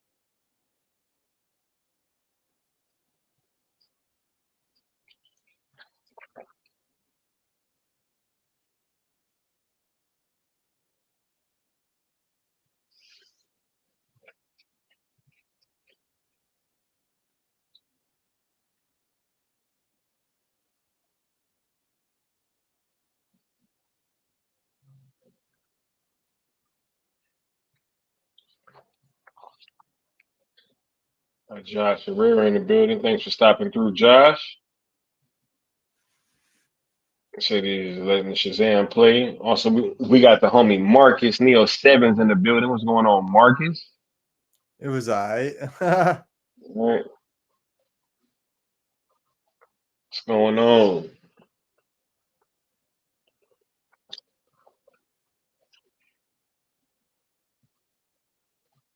Mm.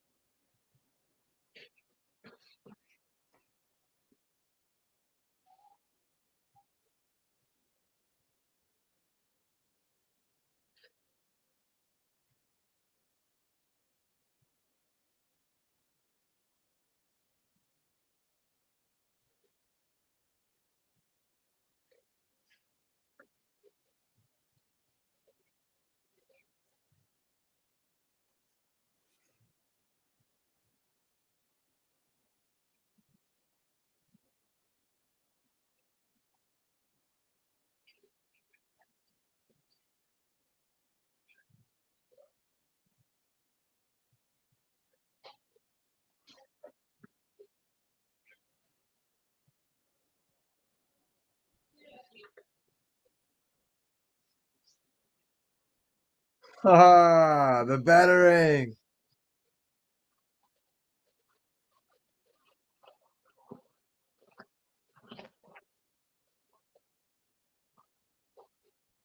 Tell me, do you bleed?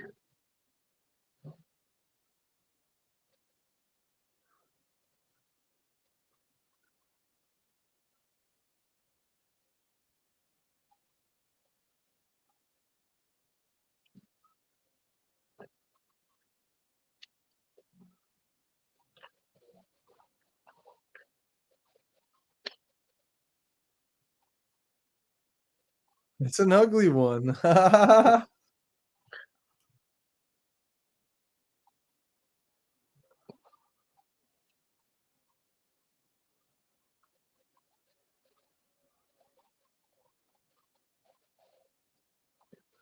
Yeah, follow Darla. Yeah, she don't know what the fuck's going on. I think she plays no, Megan Good plays a grown up version of her, if I'm not mistaken. Yeah.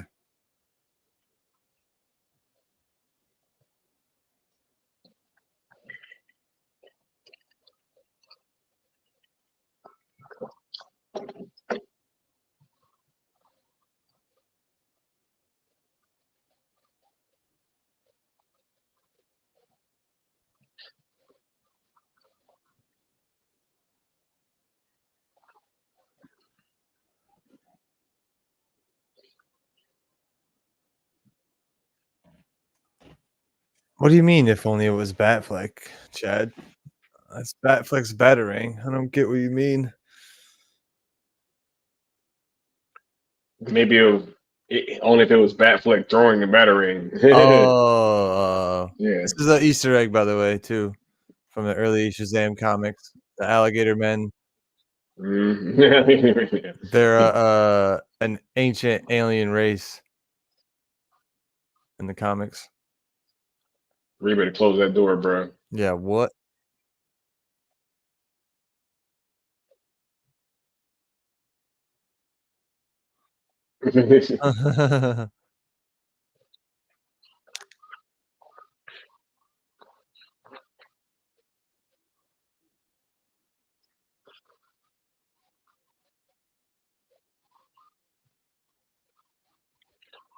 Dr. Savannah's on the hunt.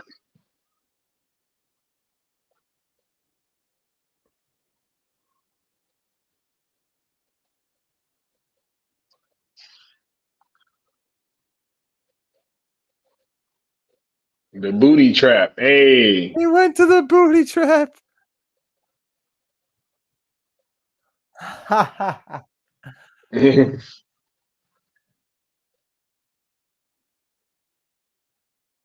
Huh. Where's Freddie? Yep. You too, Sriracha. Freddie. See, I approve of that humor in here.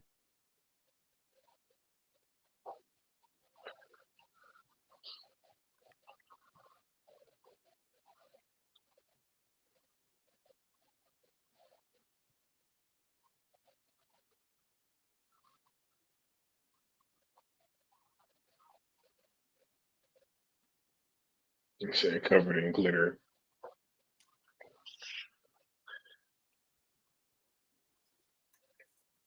I definitely had some of those nights. You know what I'm saying?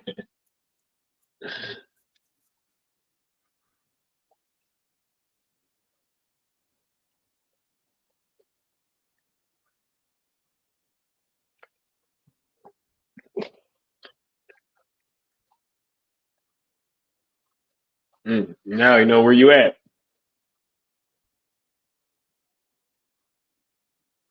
That's dangerous doing that around all those people. Yeah. Oh, scumbag. It's literally James Gunn and Peter Safran right there. Said they got on a baby. That's literally James Gunn and Peter Safran right there. Scumbags.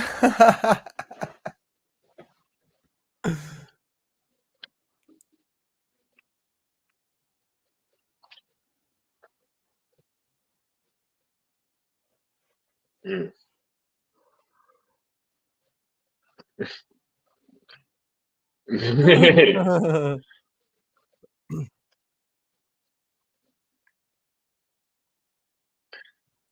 Yeah, take down Santa first.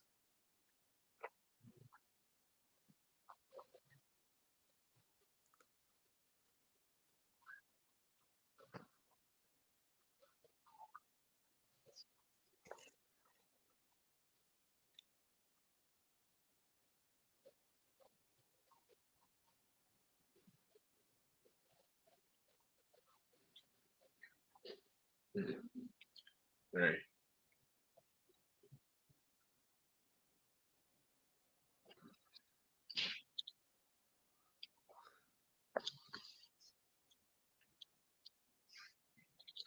Man.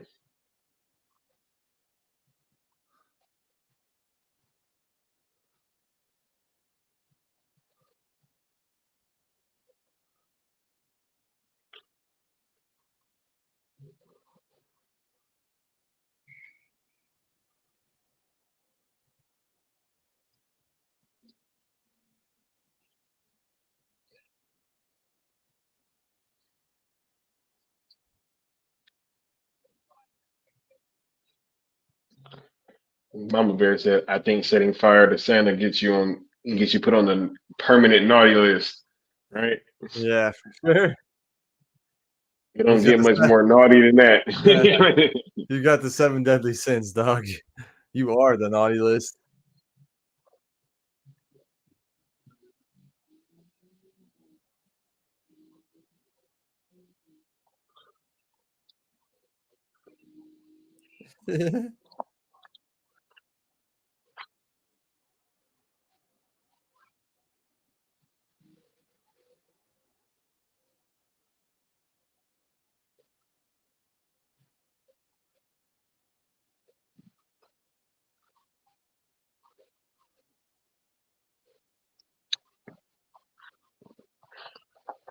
Here come the sins.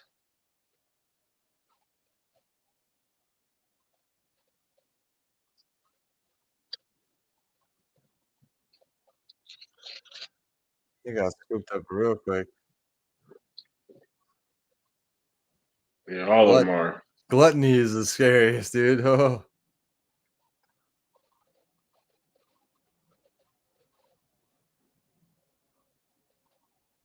You're the tiger again, right? Another Easter egg, yep.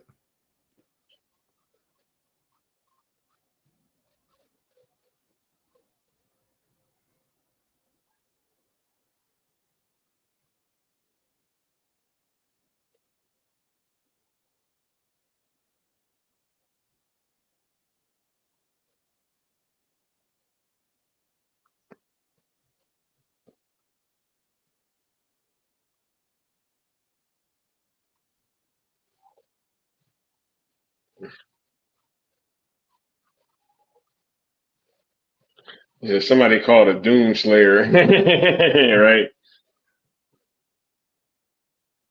Savage says, imagine John Campio play Steve Lombard in DC some game. Campio gonna get a role next, yo. Oh yeah, dude, straight up. Film Junkie's gonna be in it.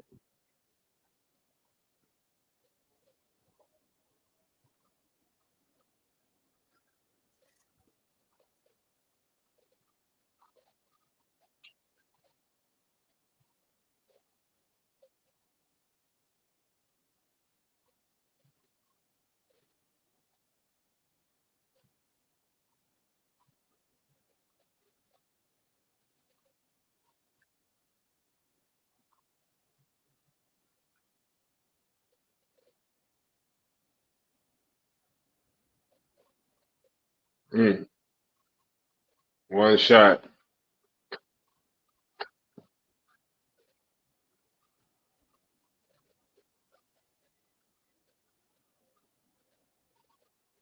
Almost.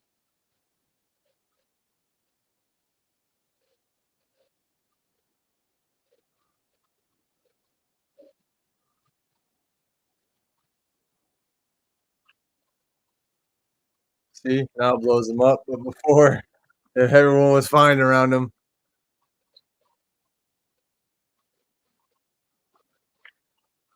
But see, still digging the slow mo.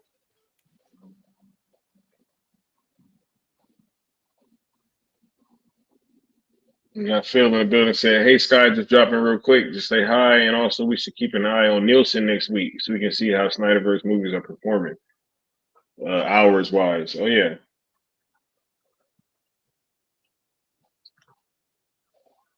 I know we've been seeing all this stuff pop up in the trending, so I'm sure it's been a lot of engagement. Oh yeah, even with like Netflix had a new premiere movie come out this weekend called "The End Is Near" or something like that. A lot of big time actors in there. Mahershala Ali and stuff like that. Yeah. Yeah, Julia Garner, I believe. Julia Roberts. Right, that's what her name is, Julia Roberts. And then the other guy was in Moon Knight. The villain in Moon Knight. Who's that guy? Guy from the Black Phone, Ethan Hawke. Ethan Hawke. He's also in it. He's the husband to Julia Roberts in that movie. Looks really good, actually. But that was trending at #1, so it pushed a lot of other stuff down. And like Leo is one of their animated movies that just got on there too.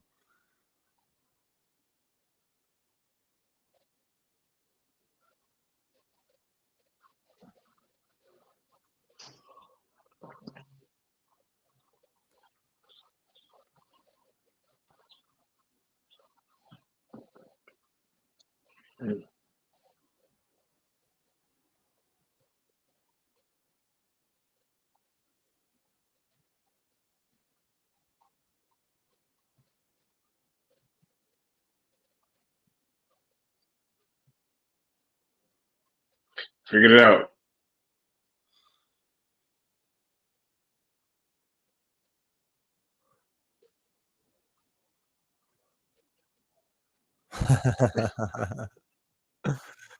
I mean, you gotta. I hope people don't hate on that. Like they don't know his name. That was funny. Yeah. That was funny. Say my name, Billy. Yeah, Billy. Yeah, that's what his name is. Yeah. Here we go.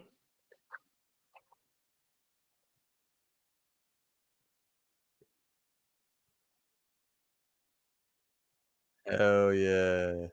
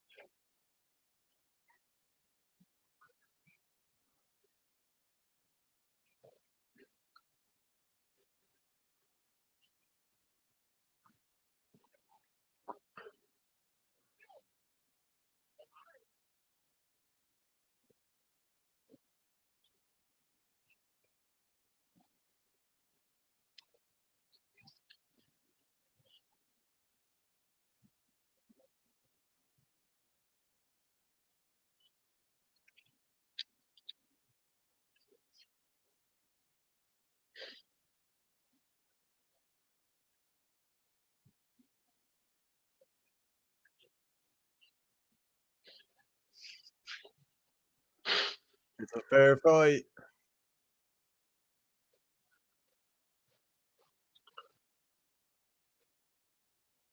Dr. Savannah.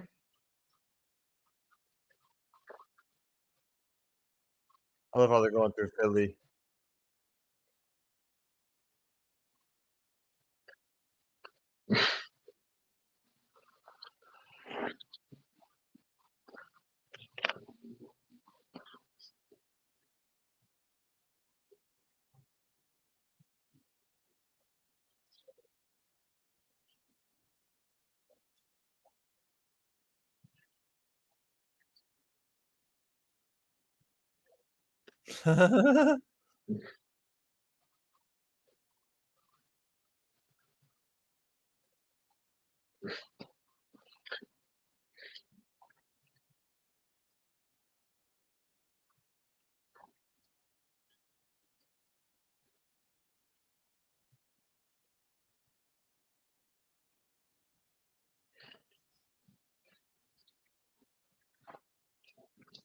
Sickness said, "Have y'all seen Arcane yet? Though shit's dope. I ain't into any of the game stuff behind it, but that shit's tight. Yeah, I think I watched the first episode, but it seemed to be pretty dope. We will be probably watching that on some point during cartoons and serial." TJ says, "What's the timestamp?" Timestamp is 1 hour 49 seconds and coming up on 25 seconds. Yeah, 1 hour 49 minutes and 30 seconds now. Said something Zack is the blueprint.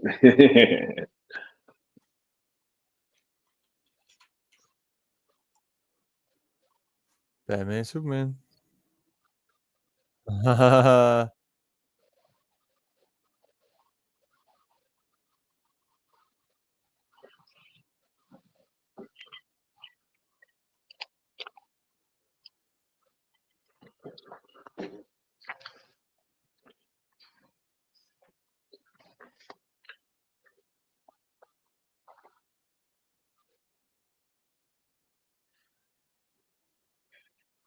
Oh, it's Arcane. Is that League of Legends?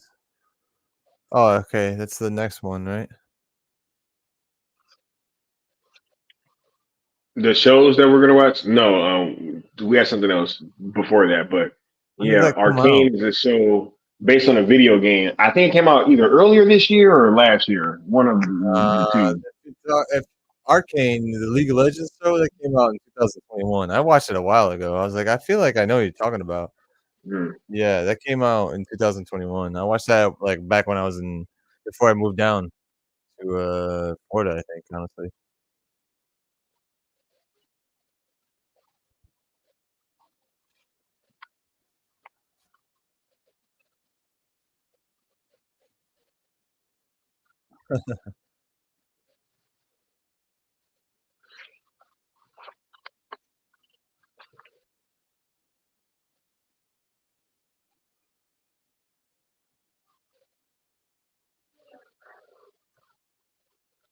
Santa? Santa still can't get out of there.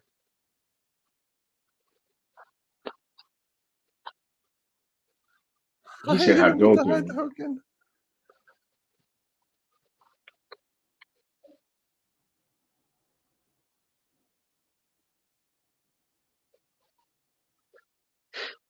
Hadouken.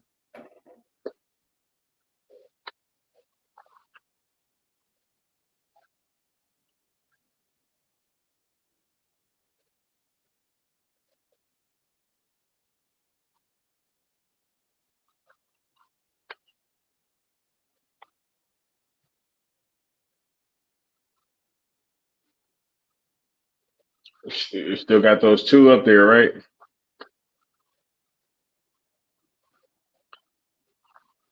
And he ends up saving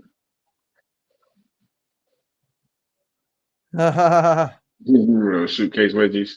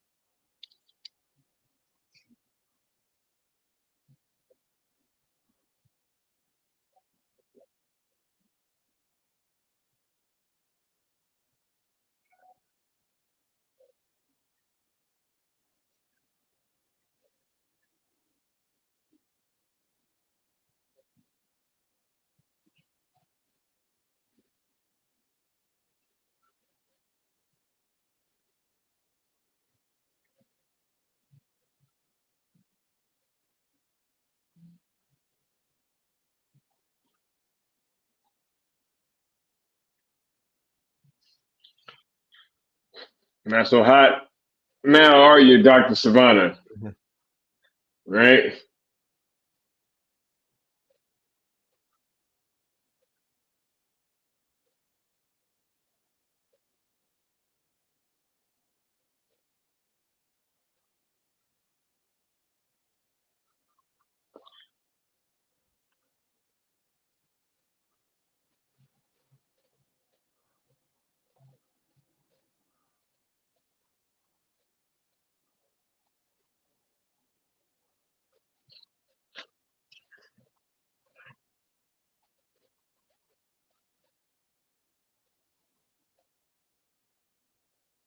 Mm.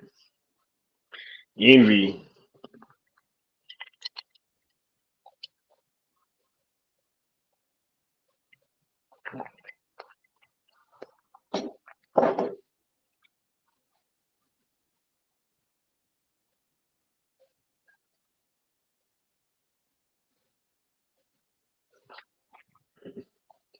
They was all getting messed up. Mm.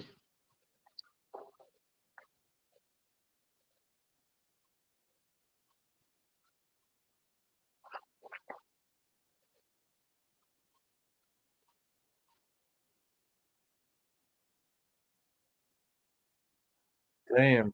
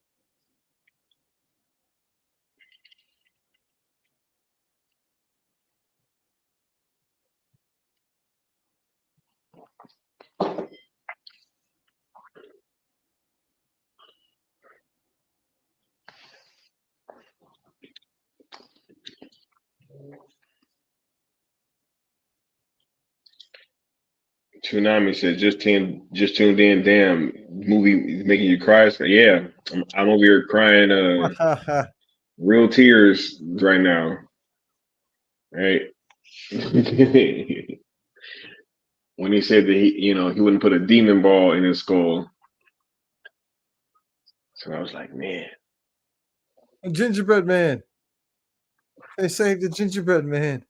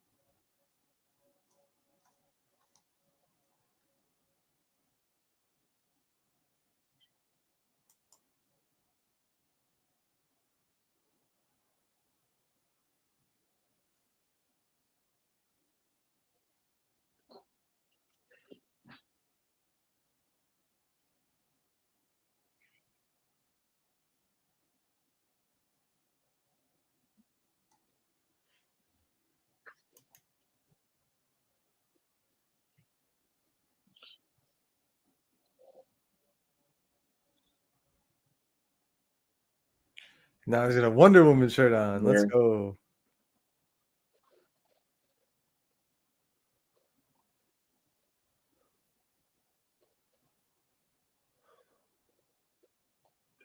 Yeah, nope.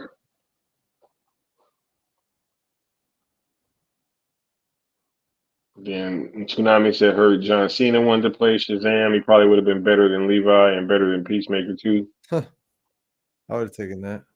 Yeah, I agree. He's still short. I'm gonna talk about this in 1 second, but I just noticed something about this movie.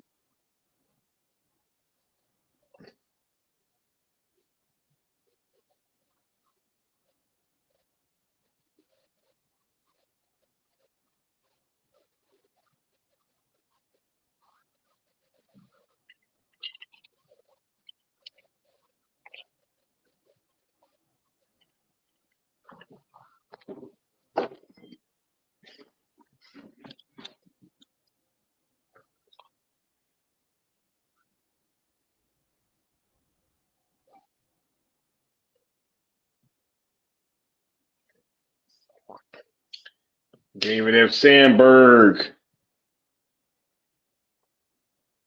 I don't want to grow up. There's another Shazam Easter egg. I think this is like one of the first Jeff Johns. Yeah, fuck you, and Walter Hamada. This is one of the first DC movies with the post credits scene, and in the post credits it has like Mr. Mind, which is a Shazam villain. Yeah. I'll be right back, people. All right.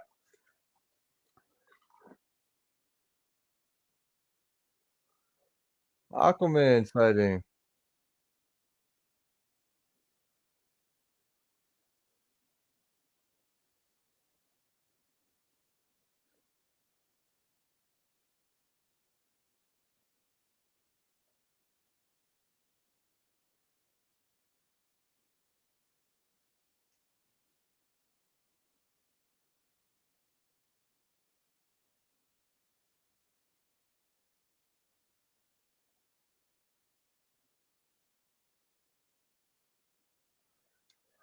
Zimon Heinzu. The Flash.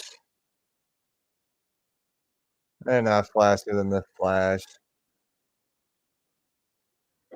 The Worm guy. Yeah, you're right, Tsunami.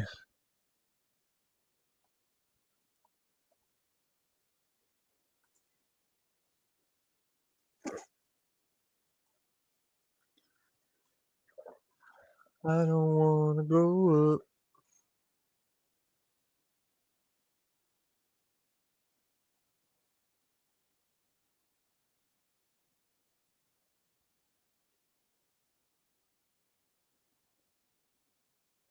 Batman. I never saw this because I left the theater after seeing that ending. I was so mad.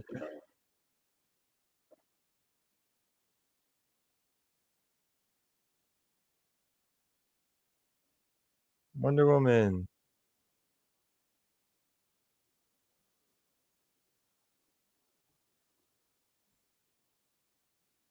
A Peter Safran production. That's why it was the Hamada burger.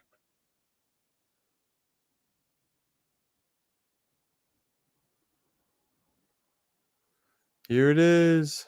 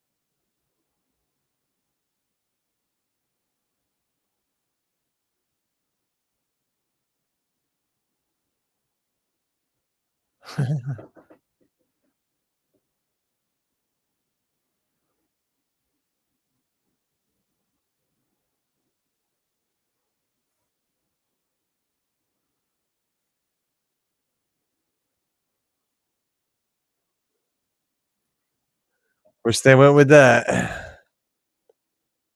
Yeah, I like it. I don't separate it from the Snyderverse either. I'm that kind of guy. A teaser for a movie I never saw.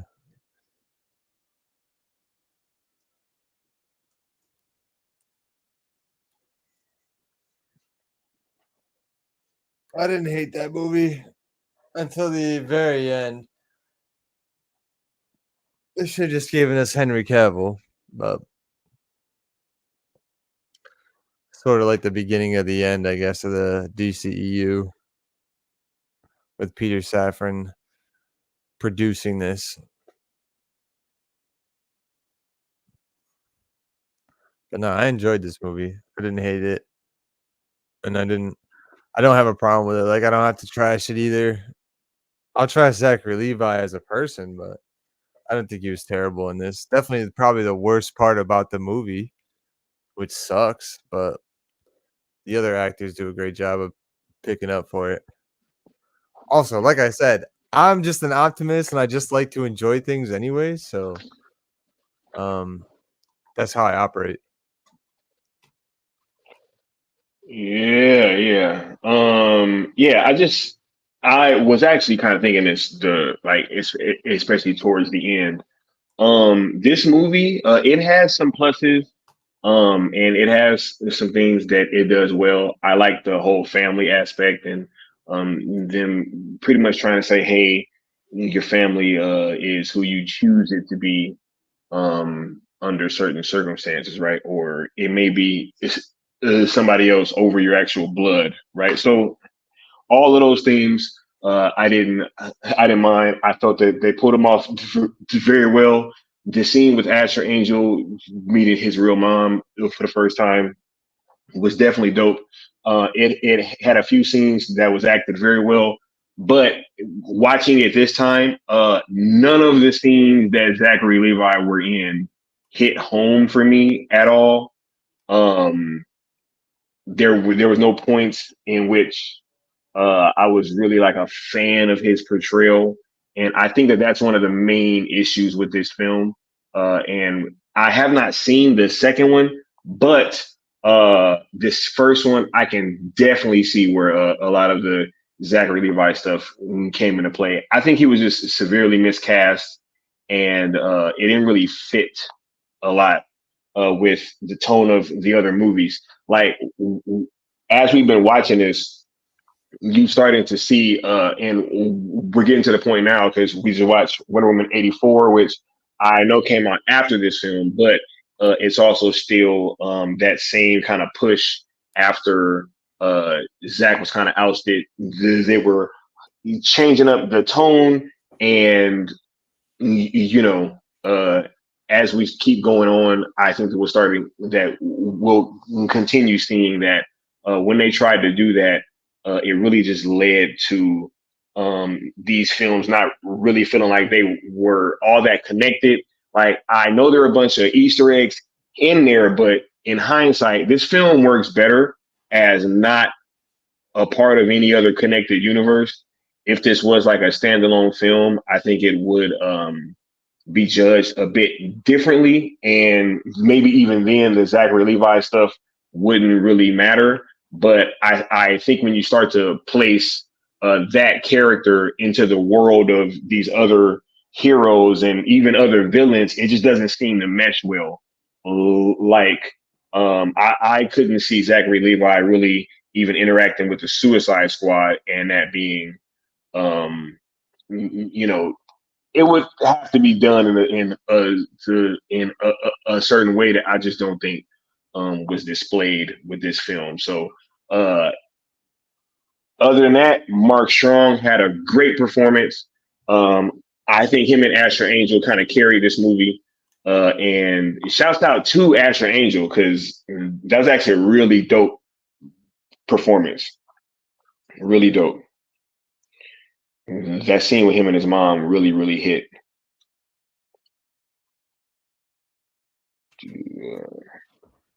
It's a I got true I got movie. Green Lantern on my watch list. It just popped up on Netflix, so I'm gonna watch Right? it. Hey, I'm gonna watch it today. hey, some of that good old GL love. You know what I'm saying? Hell yeah, dog. Hell yeah, dude. Right. I'll watch anything that I enjoy. Makes me have a good time. Um, I definitely. I mean, Zachary Levi would never interact. I don't know if maybe you meant to say that, but I don't think Shazam would ever interact with the Suicide Squad. Um, anyway, so that wouldn't necessarily be a factor, but I know what you mean where uh it is a standalone film to me. Like I see it within the DC universe, the DC extended universe at the time, and like it didn't need to have anyone else involved. Like it would have been great if they just did without the cameo at the end with like Man of Steel, because then you wouldn't have had like any interaction from any Justice League members yet. It would just be Shazam by himself. Um, which I don't know. I understand like a lot of people. I think that's these films they fall under the fucking umbrella of sometimes people know too much about what happened and they have these feelings about the producers and all that stuff. But like, I went and saw this movie in the theaters. I still have the same feeling that I have now. Like, I like this movie until I don't at the very end. It's like you should just put Henry Cavill there, and then I forgive the bad acting from Zach or Levi and all that. But like all of the other actors, I feel like they did a good job, and I always try to give a first movie, like an origin story like this, like, give them grace because they're still kind of finding the role, um, which, I mean, I guess it goes for anybody, but some actors have it for the first go around, but some actors don't, and yeah, you could have done a different anybody different from Zach Levi, um Yeah, I think that was like the main issue, man. Because like I'm sitting here watching this film and I'm like, there's so much good around him, yeah. right? Like even the child actors, I didn't mind the child actors, which usually can be a bit iffy, right? But yeah, it's just I don't know. I'm not quite understanding where the thought process was going with the Zachary Levi thing. Right, which and I understand that too, and I agree, but, like, at that point when he's already, like, cast and he's supposed to be in the universe, like, we can't there's nothing that we can do, you know what I'm saying? That's like, that's a gripe about a movie that, Yeah. like, you can't do anything about, and there's already a second movie with him in it too, so it's like, fuck, what are you gonna do? But, as far as everything else goes in this movie, like, design, suit, like, it's DCE, like, you can't look at that suit and tell me it's not directly influenced by Man of Steel and Superman. All the references in that movie are, like, put there for a reason because it's meant to felt like a lived-in world with the Justice League characters. Zack Snyder's Justice League at the time, because there wasn't any reboot, there wasn't anything else that they could do. Granted, this is a different, like, clashing of tones. I think probably, like, they wrote this under the umbrella of being like Snyderverse-esque, but then Peter Safran came in and like switched everything up and switched the tone and added in those stupid moments. There were some moments where I was like, that dog moment being there. I'm like, all right, it's funny for a little bit, but like the quips get old when it's so many of them over and over and over again. It's like, all right. But again, I this also felt that when the robbers and the whole "hey shoot me" thing right. too, that was a But, bit yeah. again, though, this movie is not necessarily meant for us, and I didn't go into it when I saw it in the theaters thinking that either, because like the majority of this film is represented by kids, so it was supposed to be like a funny kid film. That's why I was like, this is PG-13 when I saw the people dying, because I know that a lot of kids went to this movie, and that was the aim to try to get them into the DCEU because all the other stuff had been quote unquote, too dark, but this was the opening for the younger generation to get into the DCEU, and I think it enamored them with the DCEU, but everything they saw after was kind of like what the fuck. and this movie didn't do terrible, or did it? I don't think it did comparatively to the other ones.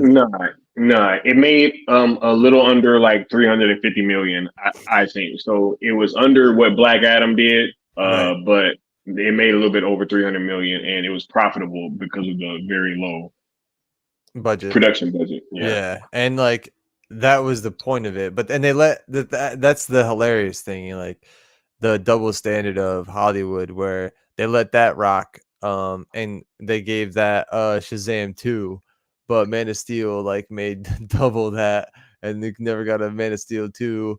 And many other movies, obviously, that did a lot more money than that. We never saw a freaking sequel to. So it's funny, that double standard of failing upwards in Hollywood. And of course, at the very end, Peter Safran's got to freaking put his name at the very end of the credits. A Peter Safran production. Like, all right, man, suck your own dick a little bit more. Why don't you? Zack Snyder doesn't do that shit. Like, what the fuck? Just get a company, dude, and it's your company's production. It's not you. Did you produce the whole movie, Peter Safran? I don't think so.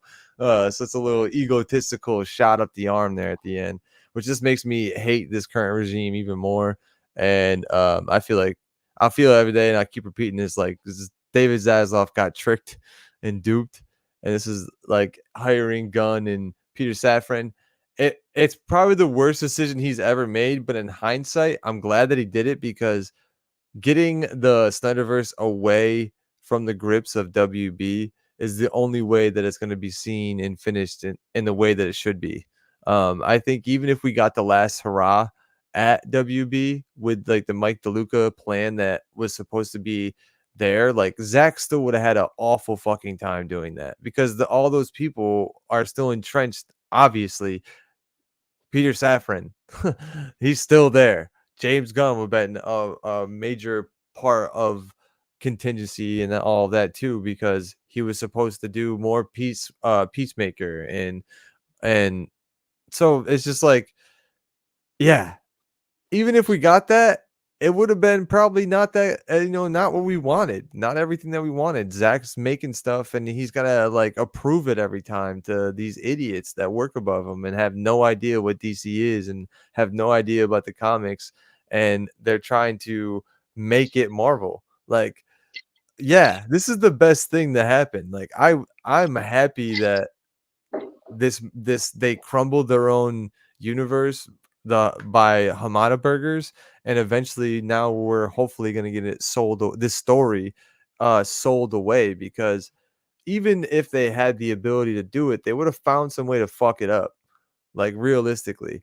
That's how I feel. Like, if we got the Snyderverse restored, there would have been something in there that they had to put their fingerprint on, and it would have like, I bet you Zack would have got like into the production, maybe gave us Justice League 2, and I wouldn't be surprised if he stopped working. Like, no man wants to work under like those situations, especially when he's worked with Netflix now and had like the best experiences while working. So yeah, it sucks that we have like these.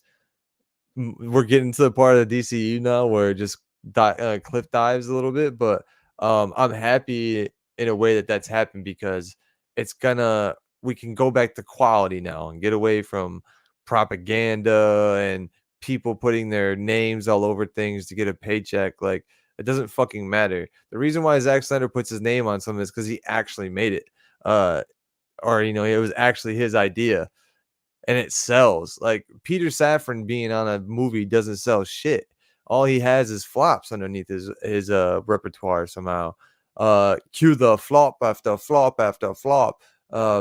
That's exactly what Peter Safran and James Gunn have done.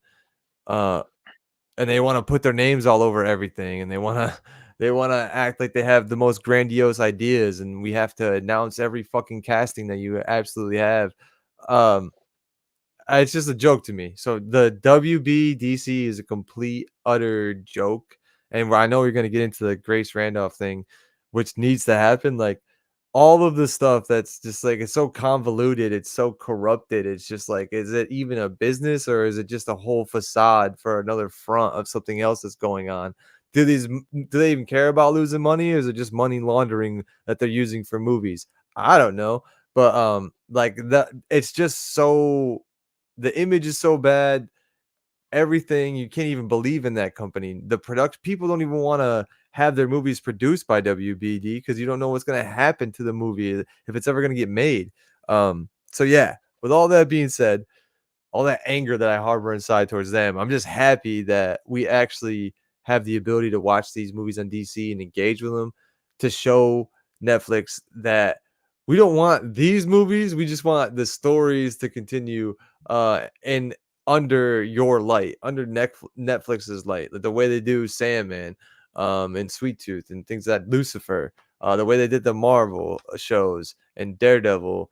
Like imagine Batman with Daredevil, like that kind of crossover, like not with in the same universe, but I'm saying like they produced as good as shows as Daredevil and Punisher and stuff that of that nature with not a huge budget. Like you can do that with Batman and Batman Deathstroke movie, and make a shit ton of money, way more money than you would off of Daredevil. So I'm just with this, we got to keep engaging, even though some of these movies really, really suck coming up. But we got to keep engaging and grin and bear through it, just because it is the way to do this. We got to keep engaging with all the movies they put on there, even the Batman, which I'm gonna probably, I don't know, set up a cot in here or something when we watch that. I'm gonna set up a cot, I'm gonna get a nice pillow and get a sleeping bag for the Batman, because that's gonna be a snore. But either way, we got to keep engaging, we got to keep the movement going, and be happy that we're at this point. It sucks, yeah, all the shit that happens with these movies sucks, but be happy that happened, because now we can get it under the grasp and the grip of WB and all their bad decisions, and we can have it at Netflix where they're making dope shit and they make Zack Snyder happy. For sure. Right. Yeah. I think that's been one thing that that this fan base is really, had quite the time with, is how long that it's taken for us to get here. But yeah, I do agree that with it taking this long, I think that we may end up getting a lot more than what we were going to be able to get in terms of if Zack were to finish this over at WBD. Yeah, right. It's going to be better quality too. Oh yeah, because it'll at least be won't be nobody following him on set or whatever. Yeah. Right. But I already gave you guys my final thoughts on this film. We about to get on out of here. We will be back tomorrow with the Birds of Prey official watch along. And then we got another fun one after that. So the fun one is on Tuesday. Right, and but we will be back here tomorrow checking out Birds of Prey. It will be my first time watching this film since it was in theaters, right? Because I saw it when it was in theaters, but I have not seen it since. I've never watched it. I've never watched it. Yeah. I had to do a big F you to Margot Robbie on that film, dude. Hey. Again, this is not a place. This is not a place for people to S their own D, no matter if you're a man, woman, or other. Like, Hollywood, they love to S their own D, and it's like when they give someone so much like leeway, so much of a leash. Like, oh yeah, Barbie was a great movie.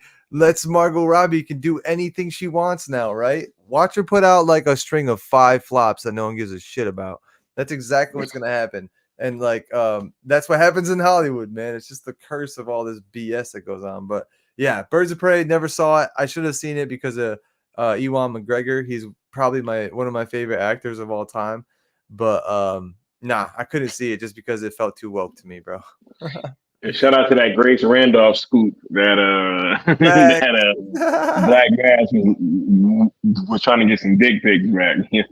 Dude, dumbass, so dumb. Grace Randolph, man. I hope you have the worst cameo of all time, dude. I hope it's just a cameo.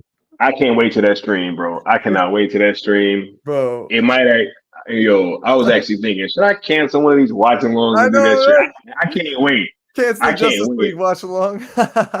Oh nah. If anything, it was gonna be like Birds of Prey or Birds of something. You Prey, know what I'm yeah. saying? Like Or we'll just have a discussion during the movie, dude. Like, fuck it it. just might. You know what I'm saying? Nah, because I need that to be in the thumbnail. I need Grace's face in the thumbnail. I need her name in there because we're gonna have a long conversation about what just happened. You know what I'm saying? Because I don't think people are realizing, bro, how massive of a story that this actually is. It's Because we huge. have to call so many things into question, Yeah. right? You know what I'm saying? Like just based on this one little tiny piece of That's what I information. was trying to tell Sil earlier, dude. I'm like, this is fucking huge, dude. Like everything she's ever said about us has to be called into question. Anything she's ever said about a Snyder movie has to be called into question, dude. Everything. Oh, we're gonna get through it, dude. Yes, we need to have a whole stream on that. Yeah, I might mess around and cancel this birds of prey stream. Y'all keep playing with me. Hey, Yeah. man. I ain't got no love for Margot Robbie, dog. I ain't mad about it. I don't know, right? Mama Bear says Ewan was something that could have been improved in Birds of Prey. If his character was written better, it would have been a different movie. I agree. Yeah, it was a lot of stuff with that film that was, the whole sandwich thing. Like, I don't I know. have no idea what you're talking about, bro. I'm so glad I never saw it. The whole Never got, sandwich thing. never got scarred by that movie, dude. I'm so glad. I'm mad that I went and saw the Suicide Squad, though. I'm mad that I went and saw that. Yeah, I was too. That was a Right. waste of money. I was dating this chick at the time, and she wanted to go see it, and I surprised her to take her to go see it because it was something else that was in the theaters too, that was also on HBO Max or something. And I told her that we were going to go see that, but really we were going to go see the Suicide Squad, Okay. and she's like, "Oh yeah," and man, I was like, "Yo, we should have watched the other shit." Yeah. At the theater and watch this on HBO Max. Dude, I was so mad within like 30 minutes of that film of how they did all the old characters dirty. I'm like, oh, classic James Gunn. Like, here we go. I'm gonna hate this movie now. I might actually throw up a poll. You know what? I'm gonna throw up a poll on Twitter on whether or not people want me to talk about this Grace Randolph situation or you want to do the Birds of Prey watch along. Because they're equally important. Yeah. They are equally important. You know what I'm saying? Like, I'm so serious. Yeah, and we'll just put Birds of Prey on in the background or something. Yeah, just put it on the background, dude. We don't have to watch it. I don't even put my sound down. I just put it on the background, give it engagement, whatever. F it. But like, we'll do the talk. We'll do the talk, dude. The Mama Bear and Chad talking about Ewan McGregor makes me not even want to watch. I'm not gonna tarnish Ewan's image in my mind, dude. That makes me not want to watch this movie. The way that they're talking about it. Yeah, it was kind of crazy, bro. It was kind of crazy. I think it was one of those situations where Ewan probably signed on, and then they started changing his character, and he was like, "What the hell? Like, well, this is probably not even what I really signed up for." Definitely. But, yeah, I definitely wouldn't be shocked. Look, I want to thank all y'all for being here. We about to get on out of here. Y'all have a wonderful evening. Y'all keep the engagement up with Netflix. Make sure that you guys are keeping the fight up. We will be here continuing to push these hashtags and just doing whatever we can to keep this conversation going and to make it loud as possible. So shouts out to all y'all. All right, we about to get on outro, and we'll catch y'all next time. Shout out Mama Bear. Shout out everybody in the chat. Right. Thank you for engaging. We'll see y'all tomorrow. Peace. Peace.